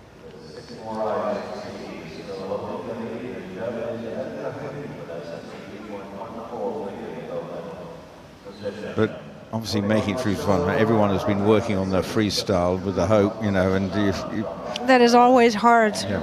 That is always hard. And it is new to us riders that you have to perform in the championship test as the first test, which is kind of hard. And we are used to having the team test before, so it gives us a little more of an opportunity. And there's to get used to the arena. Is it? Yes, but in a way, do you see why they've done it? Or I can see why they've done it, but at the moment Well, just to tell you, 65.357 is the score for Vera Mārtinsone, so puts her into 9th. But, I mean, because the sport's evolving, I suppose they're thinking, well, we're trying something new just to see what the reaction is from the riders and how it's perceived as a sport. I can see why they've been doing it. I'm not finished thinking of if it's good or not, so I will not. I think that's something that'll be in the wash up afterwards. Yeah, I think we need to see. But the quality of the sport, in terms of the individual classes, there's been nothing to say that hasn't been excellent, and we've still got plenty more to come. And I think this may be the first rider from the Czech Republic coming through that we've seen this week, I'm sure. Anastasja Vištalová on a 10-year-old mare coming forward. So a wide variety of countries represented in the Para-Dressage. And that is also a very positive aspect for the sport as well. May not have the strength in depth, but at least there are riders coming through able to compete.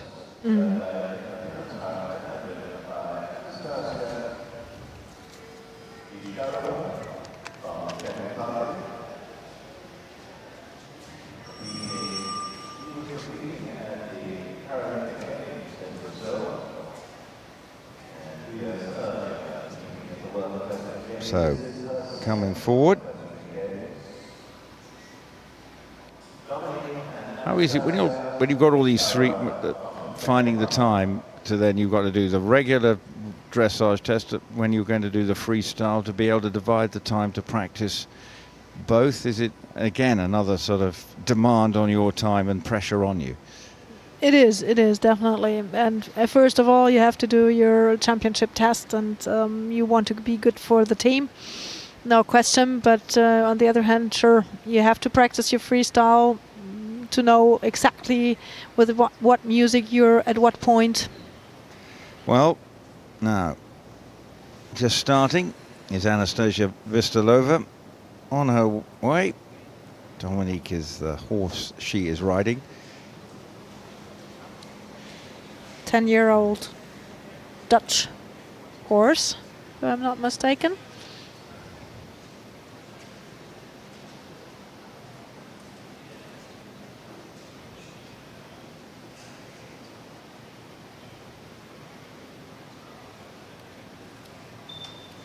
And the scores, little load at the start with that halt.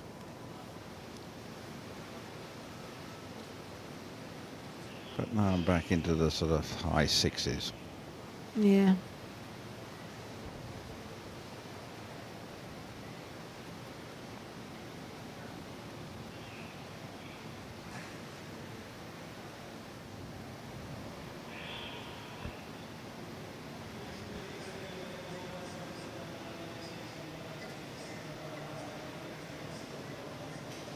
These are getting better, aren't they? Yeah. She's getting more confidence with the horse in the ring.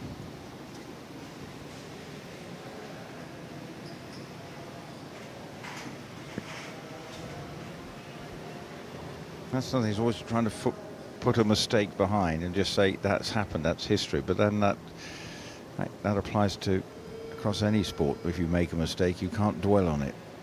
And this is something that you always have to keep in mind. What is over is over. You have to live in the present and not to look back, but plan your next figure that you're going to ride with the horse and put your aids in place. Most important thing at the moment.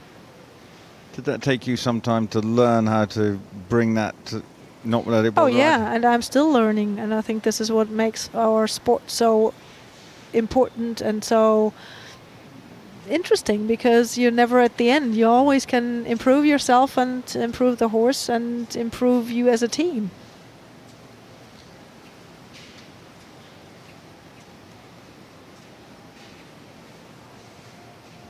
Oh. Well, These marks are keeping just near the 7s, aren't they? So after that shaky start, everything is, the curve is on a sharp upward one at the moment.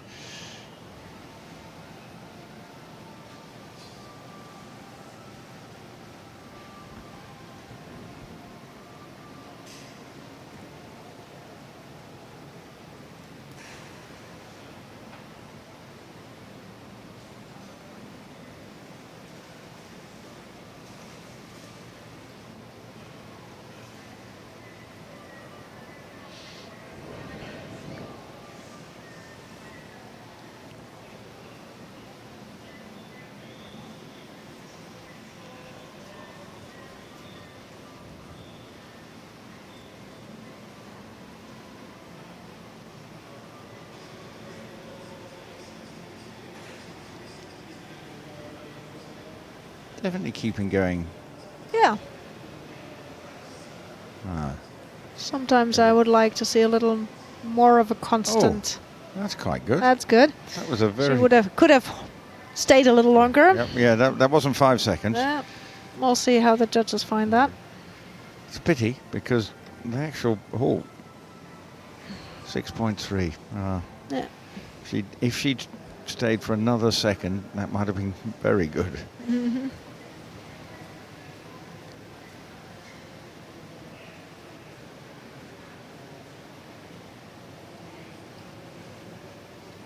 Now the stretch. Like to see the nose, yeah, a little more forward.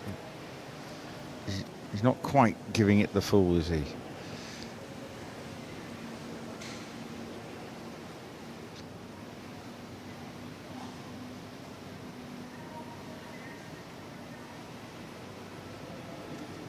Right, final stages. Down center line.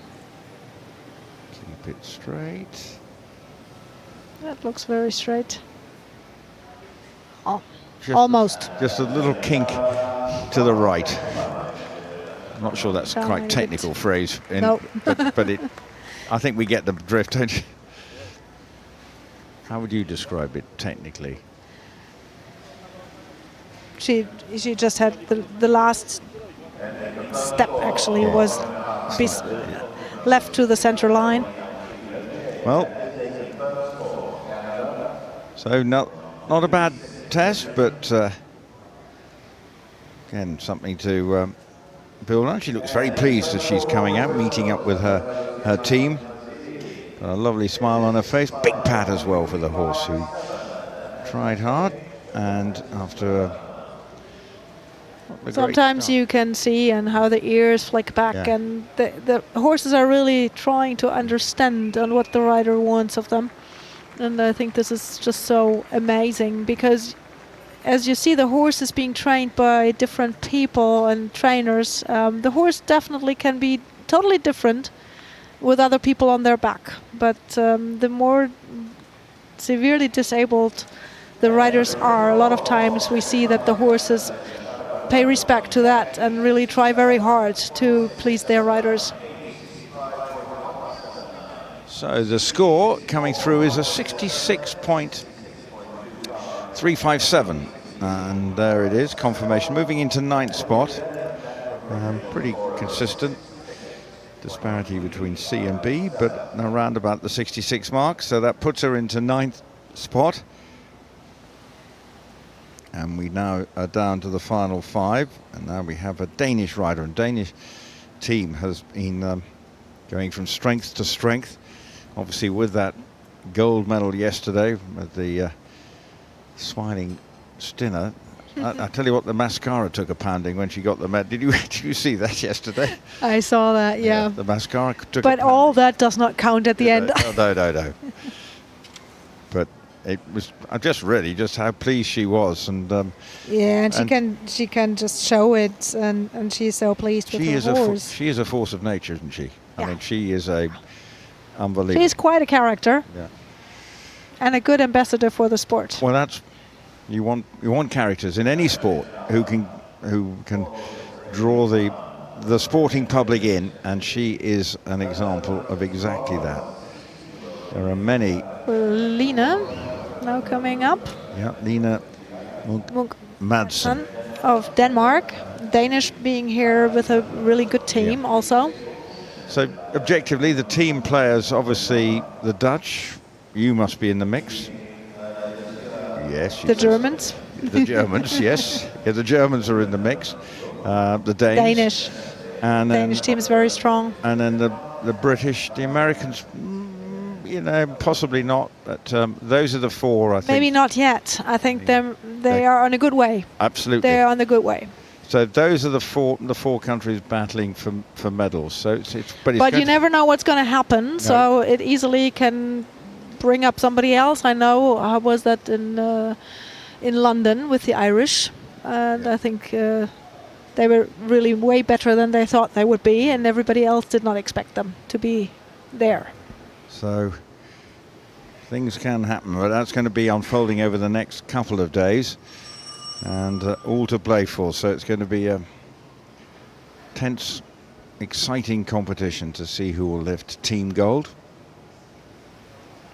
But the Danes definitely have aspirations, and clearly I would suggest on the evidence of the first 2 days, the team from the Netherlands are the overwhelming favourites, but they've got to do it for a second time, and come good, and I'm sure there'll be many teams producing better performances, as with the way the format is. A different thing will have eased in and got in, and obviously from the Brits. When obviously Lee Pearson, that was the interesting thing here yesterday, retiring. Will he be able to get a tune out of his horse? But from the Danish perspective, I think overall they've had a couple of medals, the gold and the bronze. It shows the well-being of the team. Well, has a good start, Lena. Yeah. And obviously, again, 7 for the halt, so right in the mix. So here we go. We've got a rider who will be looking to get in another one. It could be a 6th rider heading into the 70s. Although those are the early stages of the test, already indications are that this could be all right.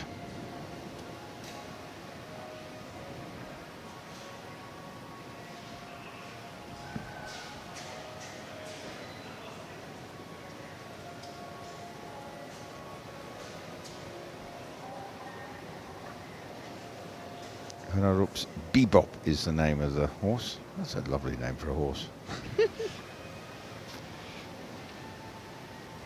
Staying at the 70s so far. I hope if she gets in, we have some bebop music. I hope we have some bebop music if she gets in for the freestyle.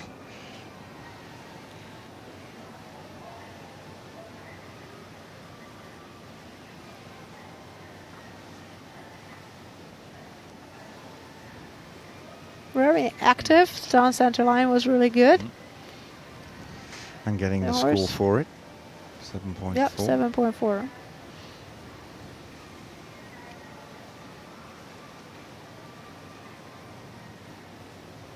You can see the horse is just looking a bit more active than some of the ones we've just seen recently. 7.1, so they're all comfortably in the 7s. The desire to move forward is seen more in this horse.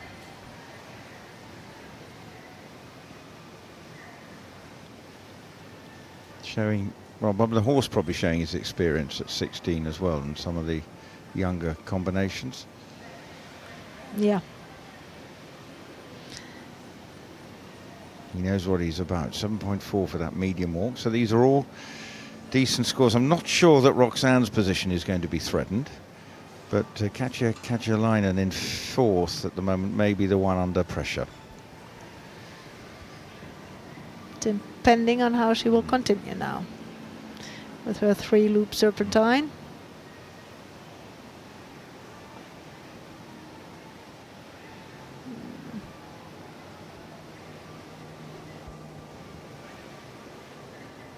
You nodded your head. It was a sort of negative nod, wasn't it? It was a sort of... She was too straight, a little bit too long to really have that a loop. But we'll see on what the judges think of it. Well, 7.1. Now the hold up to come. Oh, didn't quite bring the... completely... Not completely square, but she did hold. Definitely was a hold. Yep. And it felt like nearly 5 seconds. So I think that feels very long once you stand there. Yep. If you're not really counting, it's very difficult. Only getting a 6.6 for that. Yeah.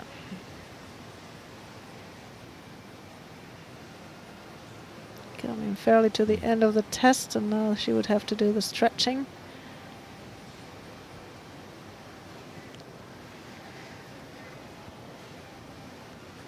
Well, do you know what you're doing out there? Can you get an indication? I mean, would, in this case, have a feeling of where she is at? Did you have a feeling of where you were at and thinking, I've done a... Yeah, I have a feeling, but definitely the judges could come up with something else. Well, maybe they have seen something that I did not feel. But definitely I usually do have an idea. I thought it must be over 70. Well, but if it's 71 or 72, sometimes that's very hard to say. Well, I think this is over 70, this score. This is over 70, yeah. But where is it going to be? Maybe 4th or 5th, but whatever, another score in the 70s. That was a pleasing test. It felt... Looked very light and easy. And that's all you can ask for. And I think clearly just further confirmation that there's another Danish rider who's going to be... Because all the teams are going to... If you're going to win gold, you've got to have scores probably looking at well into the 70s now. If they win team gold, and the Danes have definitely got 3 combinations that can do that.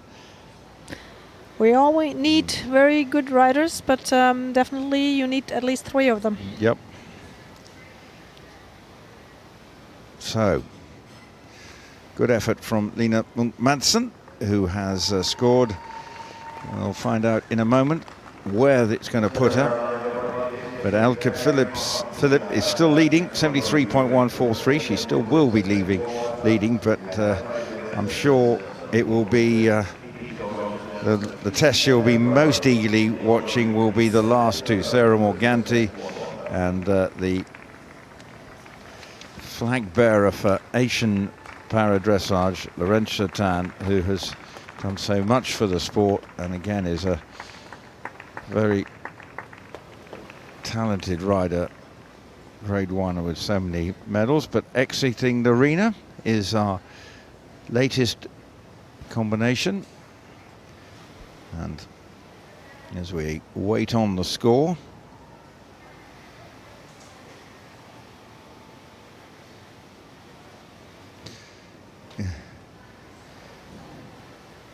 sometimes we've seen tension in the air with the scores. It's almost, but I don't think there was an X Factor moment yesterday. They felt worried, but it's come through.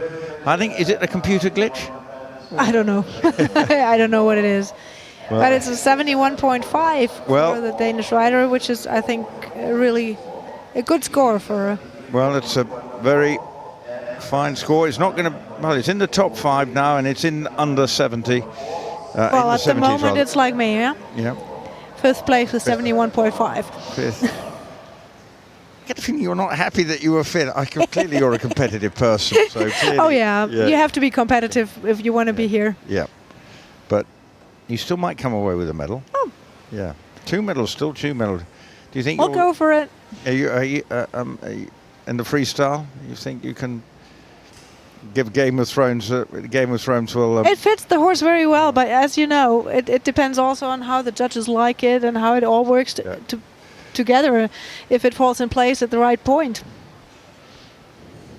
But I'm very pleased with my horse. There's no doubt about that. In terms of practice, do you go into an arena and turn on the tape and practice between now and then? Well, actually, what we do, we have it by now on the cell phone and through the C code that we have in the ear, so we can hear the music. So we can ride it with that, without having to set up anything.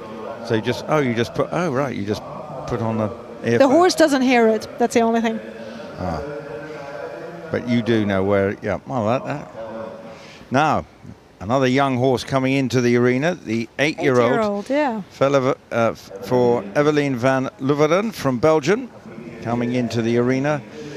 The Belgians again have got a solid team. They just feel that they may not be quite in the medal area, but probably 5th or 6th is where they look on the standings at the moment. Obviously, but as you said, they have a solid team. Yeah. She's been also in the scene for quite a while. Experienced rider. And that's all. They're all about the. I'm not saying much of a muchness is not the right way to say it, but they're consistently about the same sort of performing levels. Maybe that sort of 70, 69, but you need the ones that say a little bit higher now, as the competition is intensifying.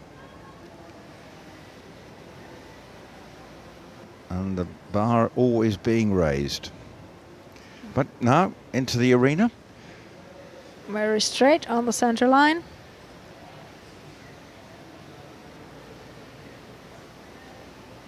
Very straight. Can't see it on the hall. And a straight hole, square as I can see. Yep. We are in a very good position. We are basically on the center line from our commentary position.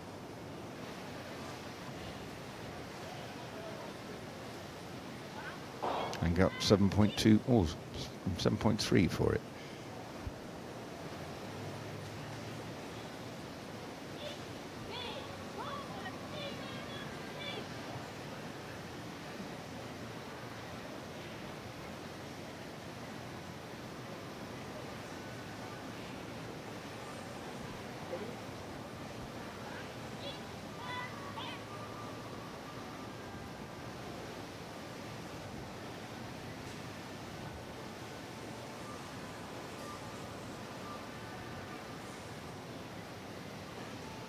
Horse with 4 white socks.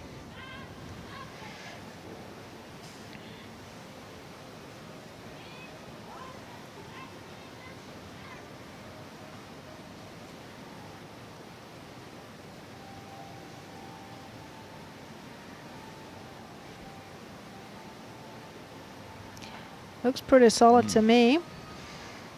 Just in the low 7s, everything about the same, just on that 7 mark, which again might be heading to around about that 4th, 5th, 6th place.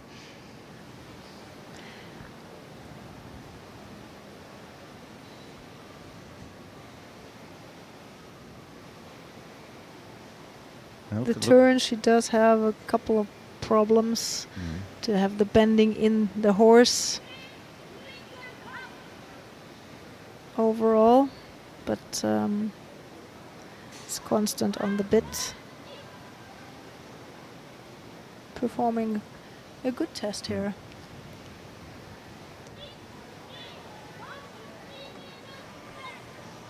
And the problem was, in what way you see that problem that she was having?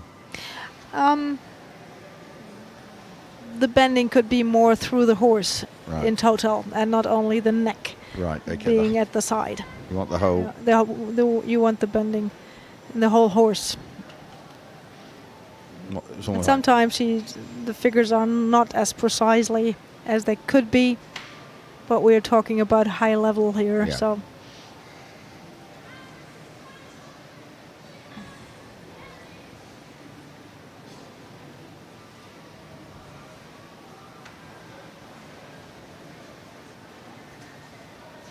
Nose of the horse, we want that at the vertical. Don't want the nose to be too much back.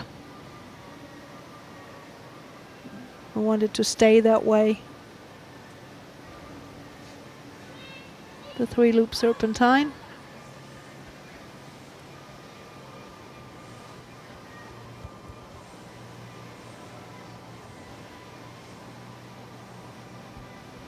Still looks like it can be a higher than 70 score, and yet that could see her only going into 7th spot. Yeah, could be. Now let's see the halt. Nearly there. Yeah, standing square, but a little bit heavy on the bit in the front. We would have liked to see that a little lighter.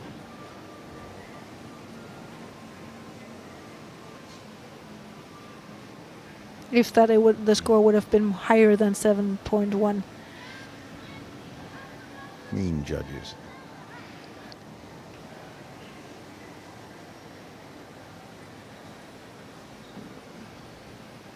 Now the stretching.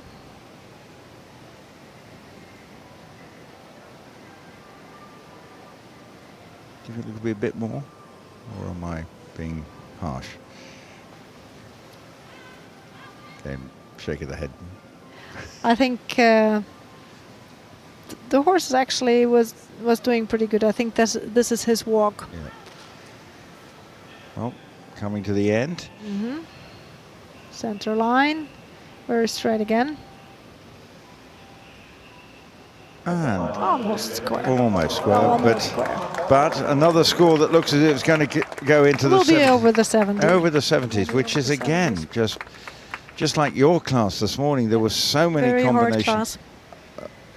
over the 70 mark, and that is the benchmark. And now we're suddenly looking as if we were going to have well over half the field in that 70% mark area, which just tells you where the quality is now heading, only upwards. The competition is intensifying at all grades now, and with these being the larger fields, these two today, the 3 and the 1, both with 17 competitors. Is there a maximum number? Not that I know of, no. But obviously, there's no point people coming if I know some people want experience, but it's an expensive operation. The so national federations will only take people who have possibilities to be in the front and to be competing at that level. Or they've got at least that is wider. If they've got they're looking ahead 2 years, they need to get some experience in the bank. And let's see what the score confirming. It is another one into the 70s, 70.786. All bar one judge putting her in the 70s. The H judge is Mark Urban was. It was Christy. No, I'm looking at the wrong. No, I was Mark Urban. It was who was at. Got so many bits of paper here. Mm-hmm. But there is the latest leaderboard. It's looking good for a medal for Elke, isn't it? Looking very good for Sinclair. Yeah, and because there are just 3 more to go, and if this score doesn't surpass her or get in. Which is unlikely. In medal position. Then medal position it is, which I think would be. She'd take that, but she may now be thinking, I'd rather like a gold now. Well, once you get that close, yeah, definitely. But medal position is looking good. So now, who is gonna? Well, hot and hard work for the judges. Well, and as you can see, I hope that's just water. But anyway, all good. At least they can laugh in between. Yeah. I'm sure they need plenty of water because those. I'm sure I don't know they whether do. I think the door. Well, we know the doors are shut firmly. I think. And, might be hot work. But now we're getting to the third last combination coming into the arena. Which is Portugal again? It is Portugal again. It's Ana Isabel Mota Veiga, to give her full name, riding an 11-year-old grey, Convicto. And so let's see what she can do.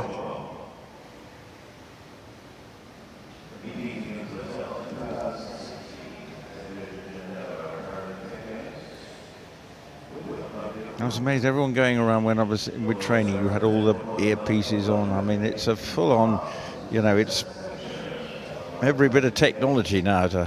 Well, yeah, but in a big field like this, that helps quite a bit. If you have your earpiece in the ear and you can hear your trainer, don't just get distracted by millions of trainers shouting around.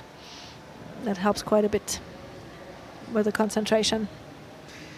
Well, the 44-year-old rider having a look round, just looking at the judge at E.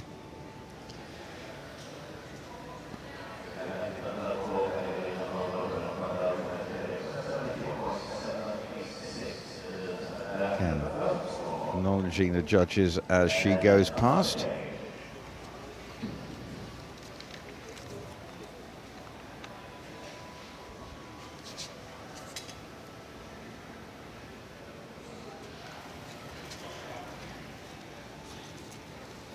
At least they stay with their horses, huh? Lusitano. Yes.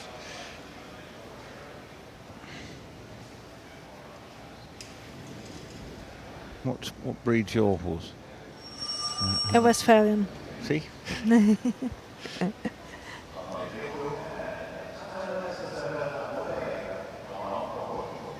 where's home for you in Germany? In Westphalia? Close to Frankfurt. Close to Frankfurt. In the middle. In the middle, right. Yeah. Easy to get around. No, I was just wondering, and I have to look. The Lusitanos and the PREs are not known for the horses that have the best walk. Yeah. But definitely they have the temperament and the nerves to cope with the situation here. So it's interesting to see how they do in a only walk test.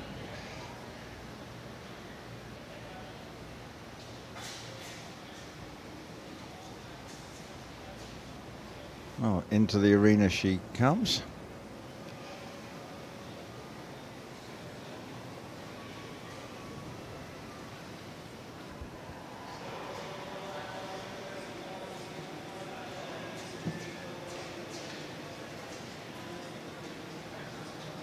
He has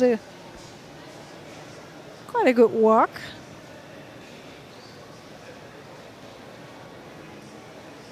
With a clear 4-beat.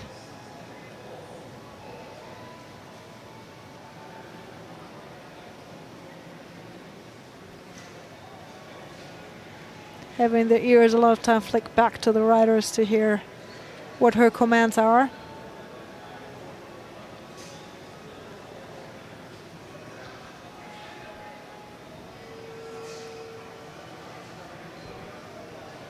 Well, high sixes.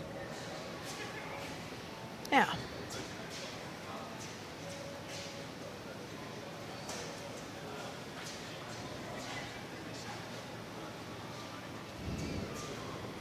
Elke's going to get a medal.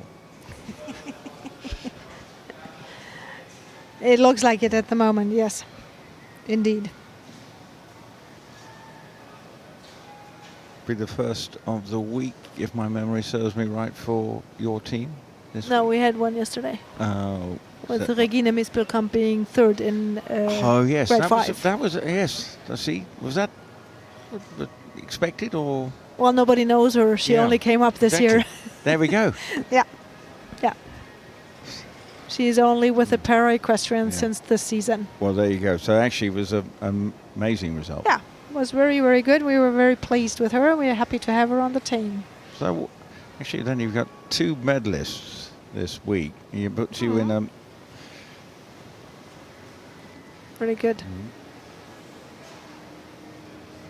But she's doing good too, with being on 68.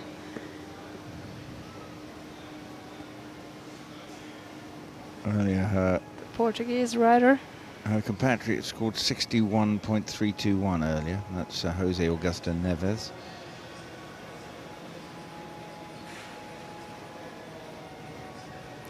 Good horse for her, giving her a lot of confidence in the arena. Well, she's saying she's around about 9th. So, and actually, I suppose the riders in 7 and 8 will be feeling as if they may not be in action. And actually, The interesting thing is that a rider on 70.036, if you look at what we expect to happen, is not going to make it through to Saturday's freestyle. Yeah. That tells a story in itself. That tells a story, definitely.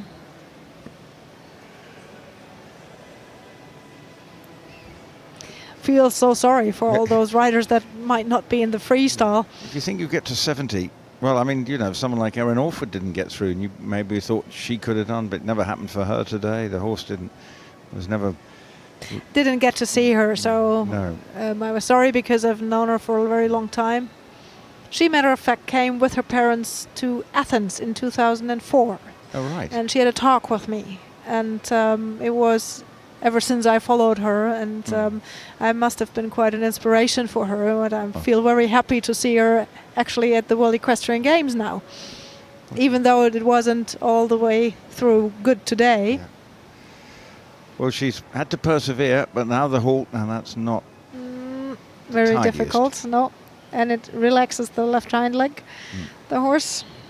That's not what you want to see. But she's been scoring mainly good marks, but yeah. But it looks like she's going to be sub 70, but probably might be around about 69 and still only 9th. Yeah, 9th, 10th, something like that. It was penalised accordingly. Yep. And that has dropped her down a bit. That's quite costly. Stretching.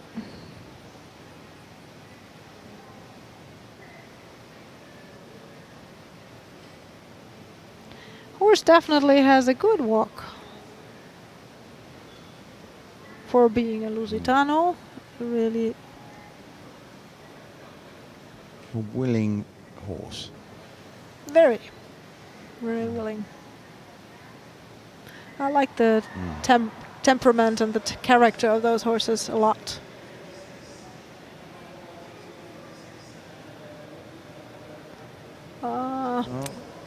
Not quite on the center line.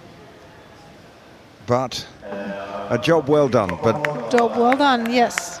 job high 60s, it looks to be a score, but it will be maybe around about 8th or 9th. Probably more like 9th, maybe. I think Winona, that was 69.893, so it looks just probably just behind that, but still a fine effort.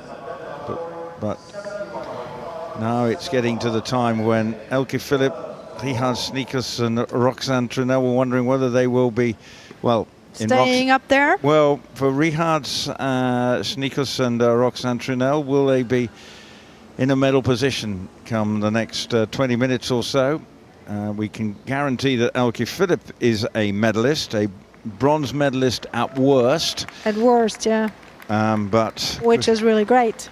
Which, given that it was earlier this year that sadly she lost her husband, wasn't it? I think, and yeah, it was just a couple weeks before our first selection in Mannheim.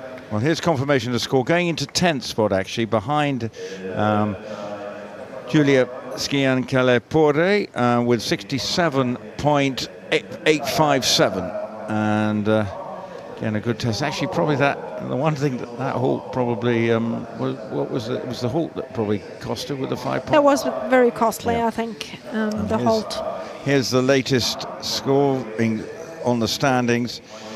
Elke Philipp, Rihards Snikus and Roxanne Trunnell are medalists at present.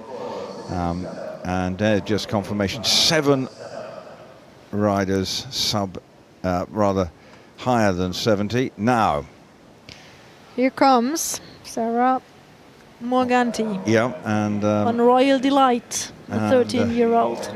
Grinning away, she's vastly experienced. Rhinelander. Little knowing nod to the judges. Of course, won freestyle gold in Caen.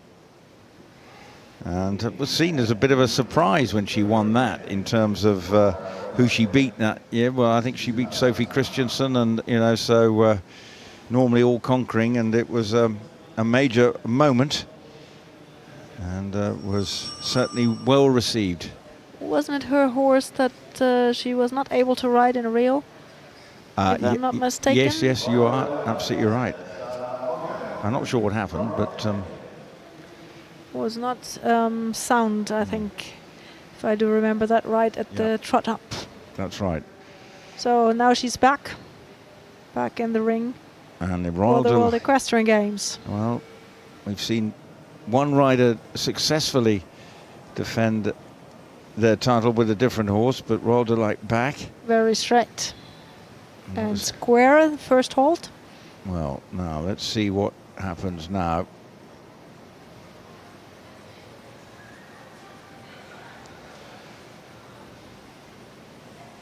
And it's a free-flowing start, and the halt came in with 7.7.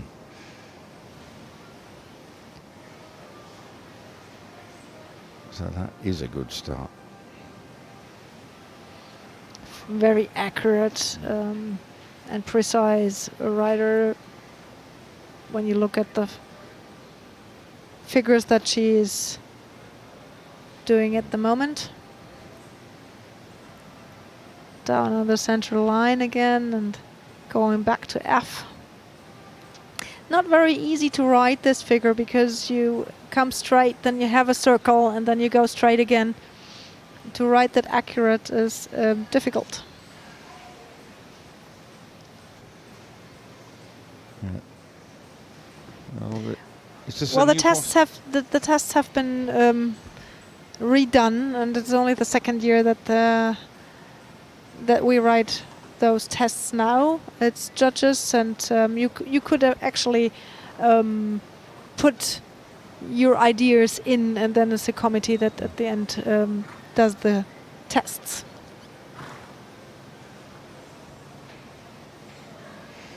So 7.1, it's there or thereabouts. It's what's your feeling? Is it a 73.143 and better score?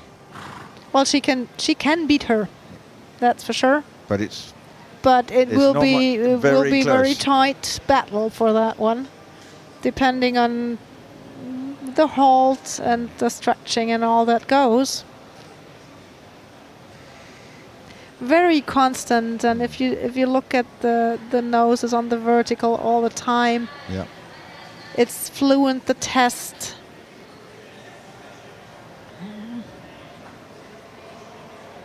Getting some good scores, isn't she? Even though I am with Elke and with First Sinclair, definitely, but I have to say that is a really, really good test. And when I see the walk and how he walks and moves from behind and everything, I would at the moment see her a split better than her. Yeah, well, some of the scores coming 7.7. It's a consistently high mark coming in.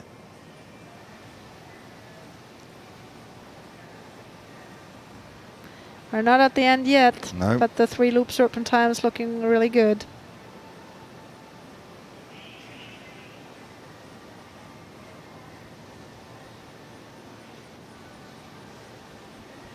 When you're talking about that, the bend as well.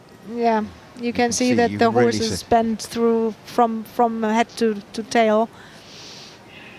And from above here you can see that really good. Coming to the halt. Let's see how good this is. Well, not bad. It is good. Yeah, yeah. I have to say this is good. This probably is going into the lead. I'm sorry. Well, but it's a fact for your compatriot. Even though I'm for my teammate, but the best one may win. Well, and this is a competition. So. Yeah. And this is 7.6 for that halt as well, and that's right up there as one of the best of the competition. Now the stretch. Yeah. Also a good stretch. Yeah. Can see the horse is the frame is getting wider. You can see the differences in a way that. And how she's getting the reins back now is very easy. The horse does not resist. It's down on the center line, really straight. This is excellent. Coming to the last halt. A little wide in behind, but square and a perfect test. An excellent test from the Italian, Sara Morganti. has that put her in the gold medal winning position, and some very good scores to end. Even the odd 7.9, one of the best moments of any of the tests today in this Grade 1 class. So this looks a very significant moment in this Grade 1 competition here in the Tryon Stadium for the Italian, winner of the freestyle gold at Caen. But what a perfect looking test. The horse Royal Delight was proving to be a delight in the sunshine here in Tryon. Light and delight. Very concentrated rider, as you see. And an absolute reaction of a real fist pump as well. That tells you she knew she'd got it pretty good, and her reaction tells 1,000 stories. Brilliant performance.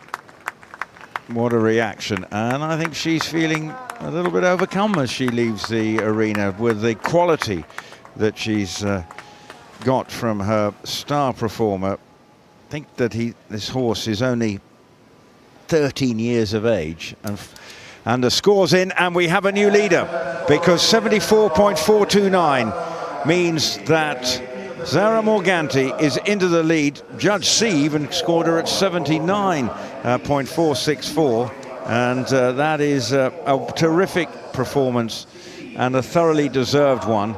But it means now that the last rider, who in her own right has every chance of winning this, knows that she's got to produce a stunning performance. But that is terrific, a well-deserved score. And you could see, since we were sitting almost at sea, how the judge can judge that at sea, and it was really always on the center line, so you can see why the marks are really high there. Well, now this lady is a consistent performer. An inspiration, and really a good rider. Riding first. Laurentia Tan from Singapore. First, Sherlock is the horse she's riding. Another young horse. So how will this 9-year-old cope? Will she be able to get a performance out of this gelding that could put her into the gold medal winning position? Well, here we go then. The final rider. The final rider in the individual competition over these last 2 days is the hugely charismatic and popular Laurentia Tan. Here we go then. So, who's winning? Can she do? Well, we've seen the start. Well, I've seen the start. I doubt that she will beat Morganti, but we'll see. Okay. But we'll see. No, she can't open up. 7.6. It's going to be tense, I think. Now, watching on, everyone will. Well, and I think the pressure is, you cannot forget that either. Absolutely. When you come in and you see the score of the rider before you, it's not easy. Some can do that better, some cannot do it, that you just black that out. Well, she would have noticed what the score was. But whatever, it's just about producing the best she can, and what will be, will be. Which is the most important. And I know that she had also quite some troubles with the horse, and not always feeling confident on him all the time. So I think just a little bit behind Sara at the moment. She definitely has a lot of experience too, which she will put into the test. Based in the UK.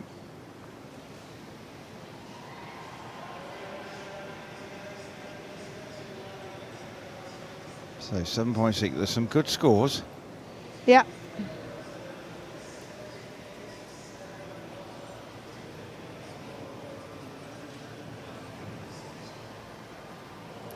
Lots of noise. Well, we are behind us in the arena. The show jumping is going on, and here, so just trying to make sure the horse doesn't react to anything, but he's being willing at the moment. Yeah, he's doing good. But the scores are just suggesting that he's, for Laurentia, it might be around about the third, second spot at the moment. Sara Morganti looks good. It's certainly for Elke, whether it's, I think that's the best battle now. It's looking battle for the silver medal and bronze medal position. Rihards Snikus would be watching on anxiously. With 72.143 for Roxanne Trunnell in fourth, and Rihards Snikus 72.179. But maybe it's really doing a good walk. Sometimes I would think the nose could be a little bit more in front, but those are just tiny little bits and pieces. This is the margins, the little. Yeah. Well, that's what the judges are looking for. It is all about those subtle margins. All of those riders that we see within the 70s, I mean, they're all good riders. They're really good horses. Well, the Loops come up with a 7.6 now. The Hawk. Let's see, where are we with that? Just moving. Not quite perfect. Just a little bit of movement during that halt. Wasn't the immobility they would have loved to see, I think, but still. How costly? 7. Well. Yeah, still okay. Okay. Coming round. Now the stretch.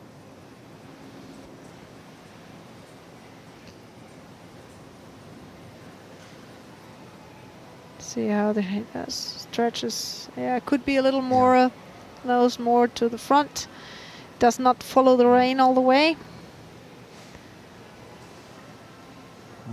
Some good scores though, still. Very good scores, yeah. 7.8 for the half circle, right? Center line. It's on the center line, that's for sure. Coming down, the final moments for Laurentia Tan and her job Very is well done. done. Very well done. And she's very happy. Remember, this is a young horse. Oh, yeah. But she's achieved so much. But I think, like I said, she has struggled with him, and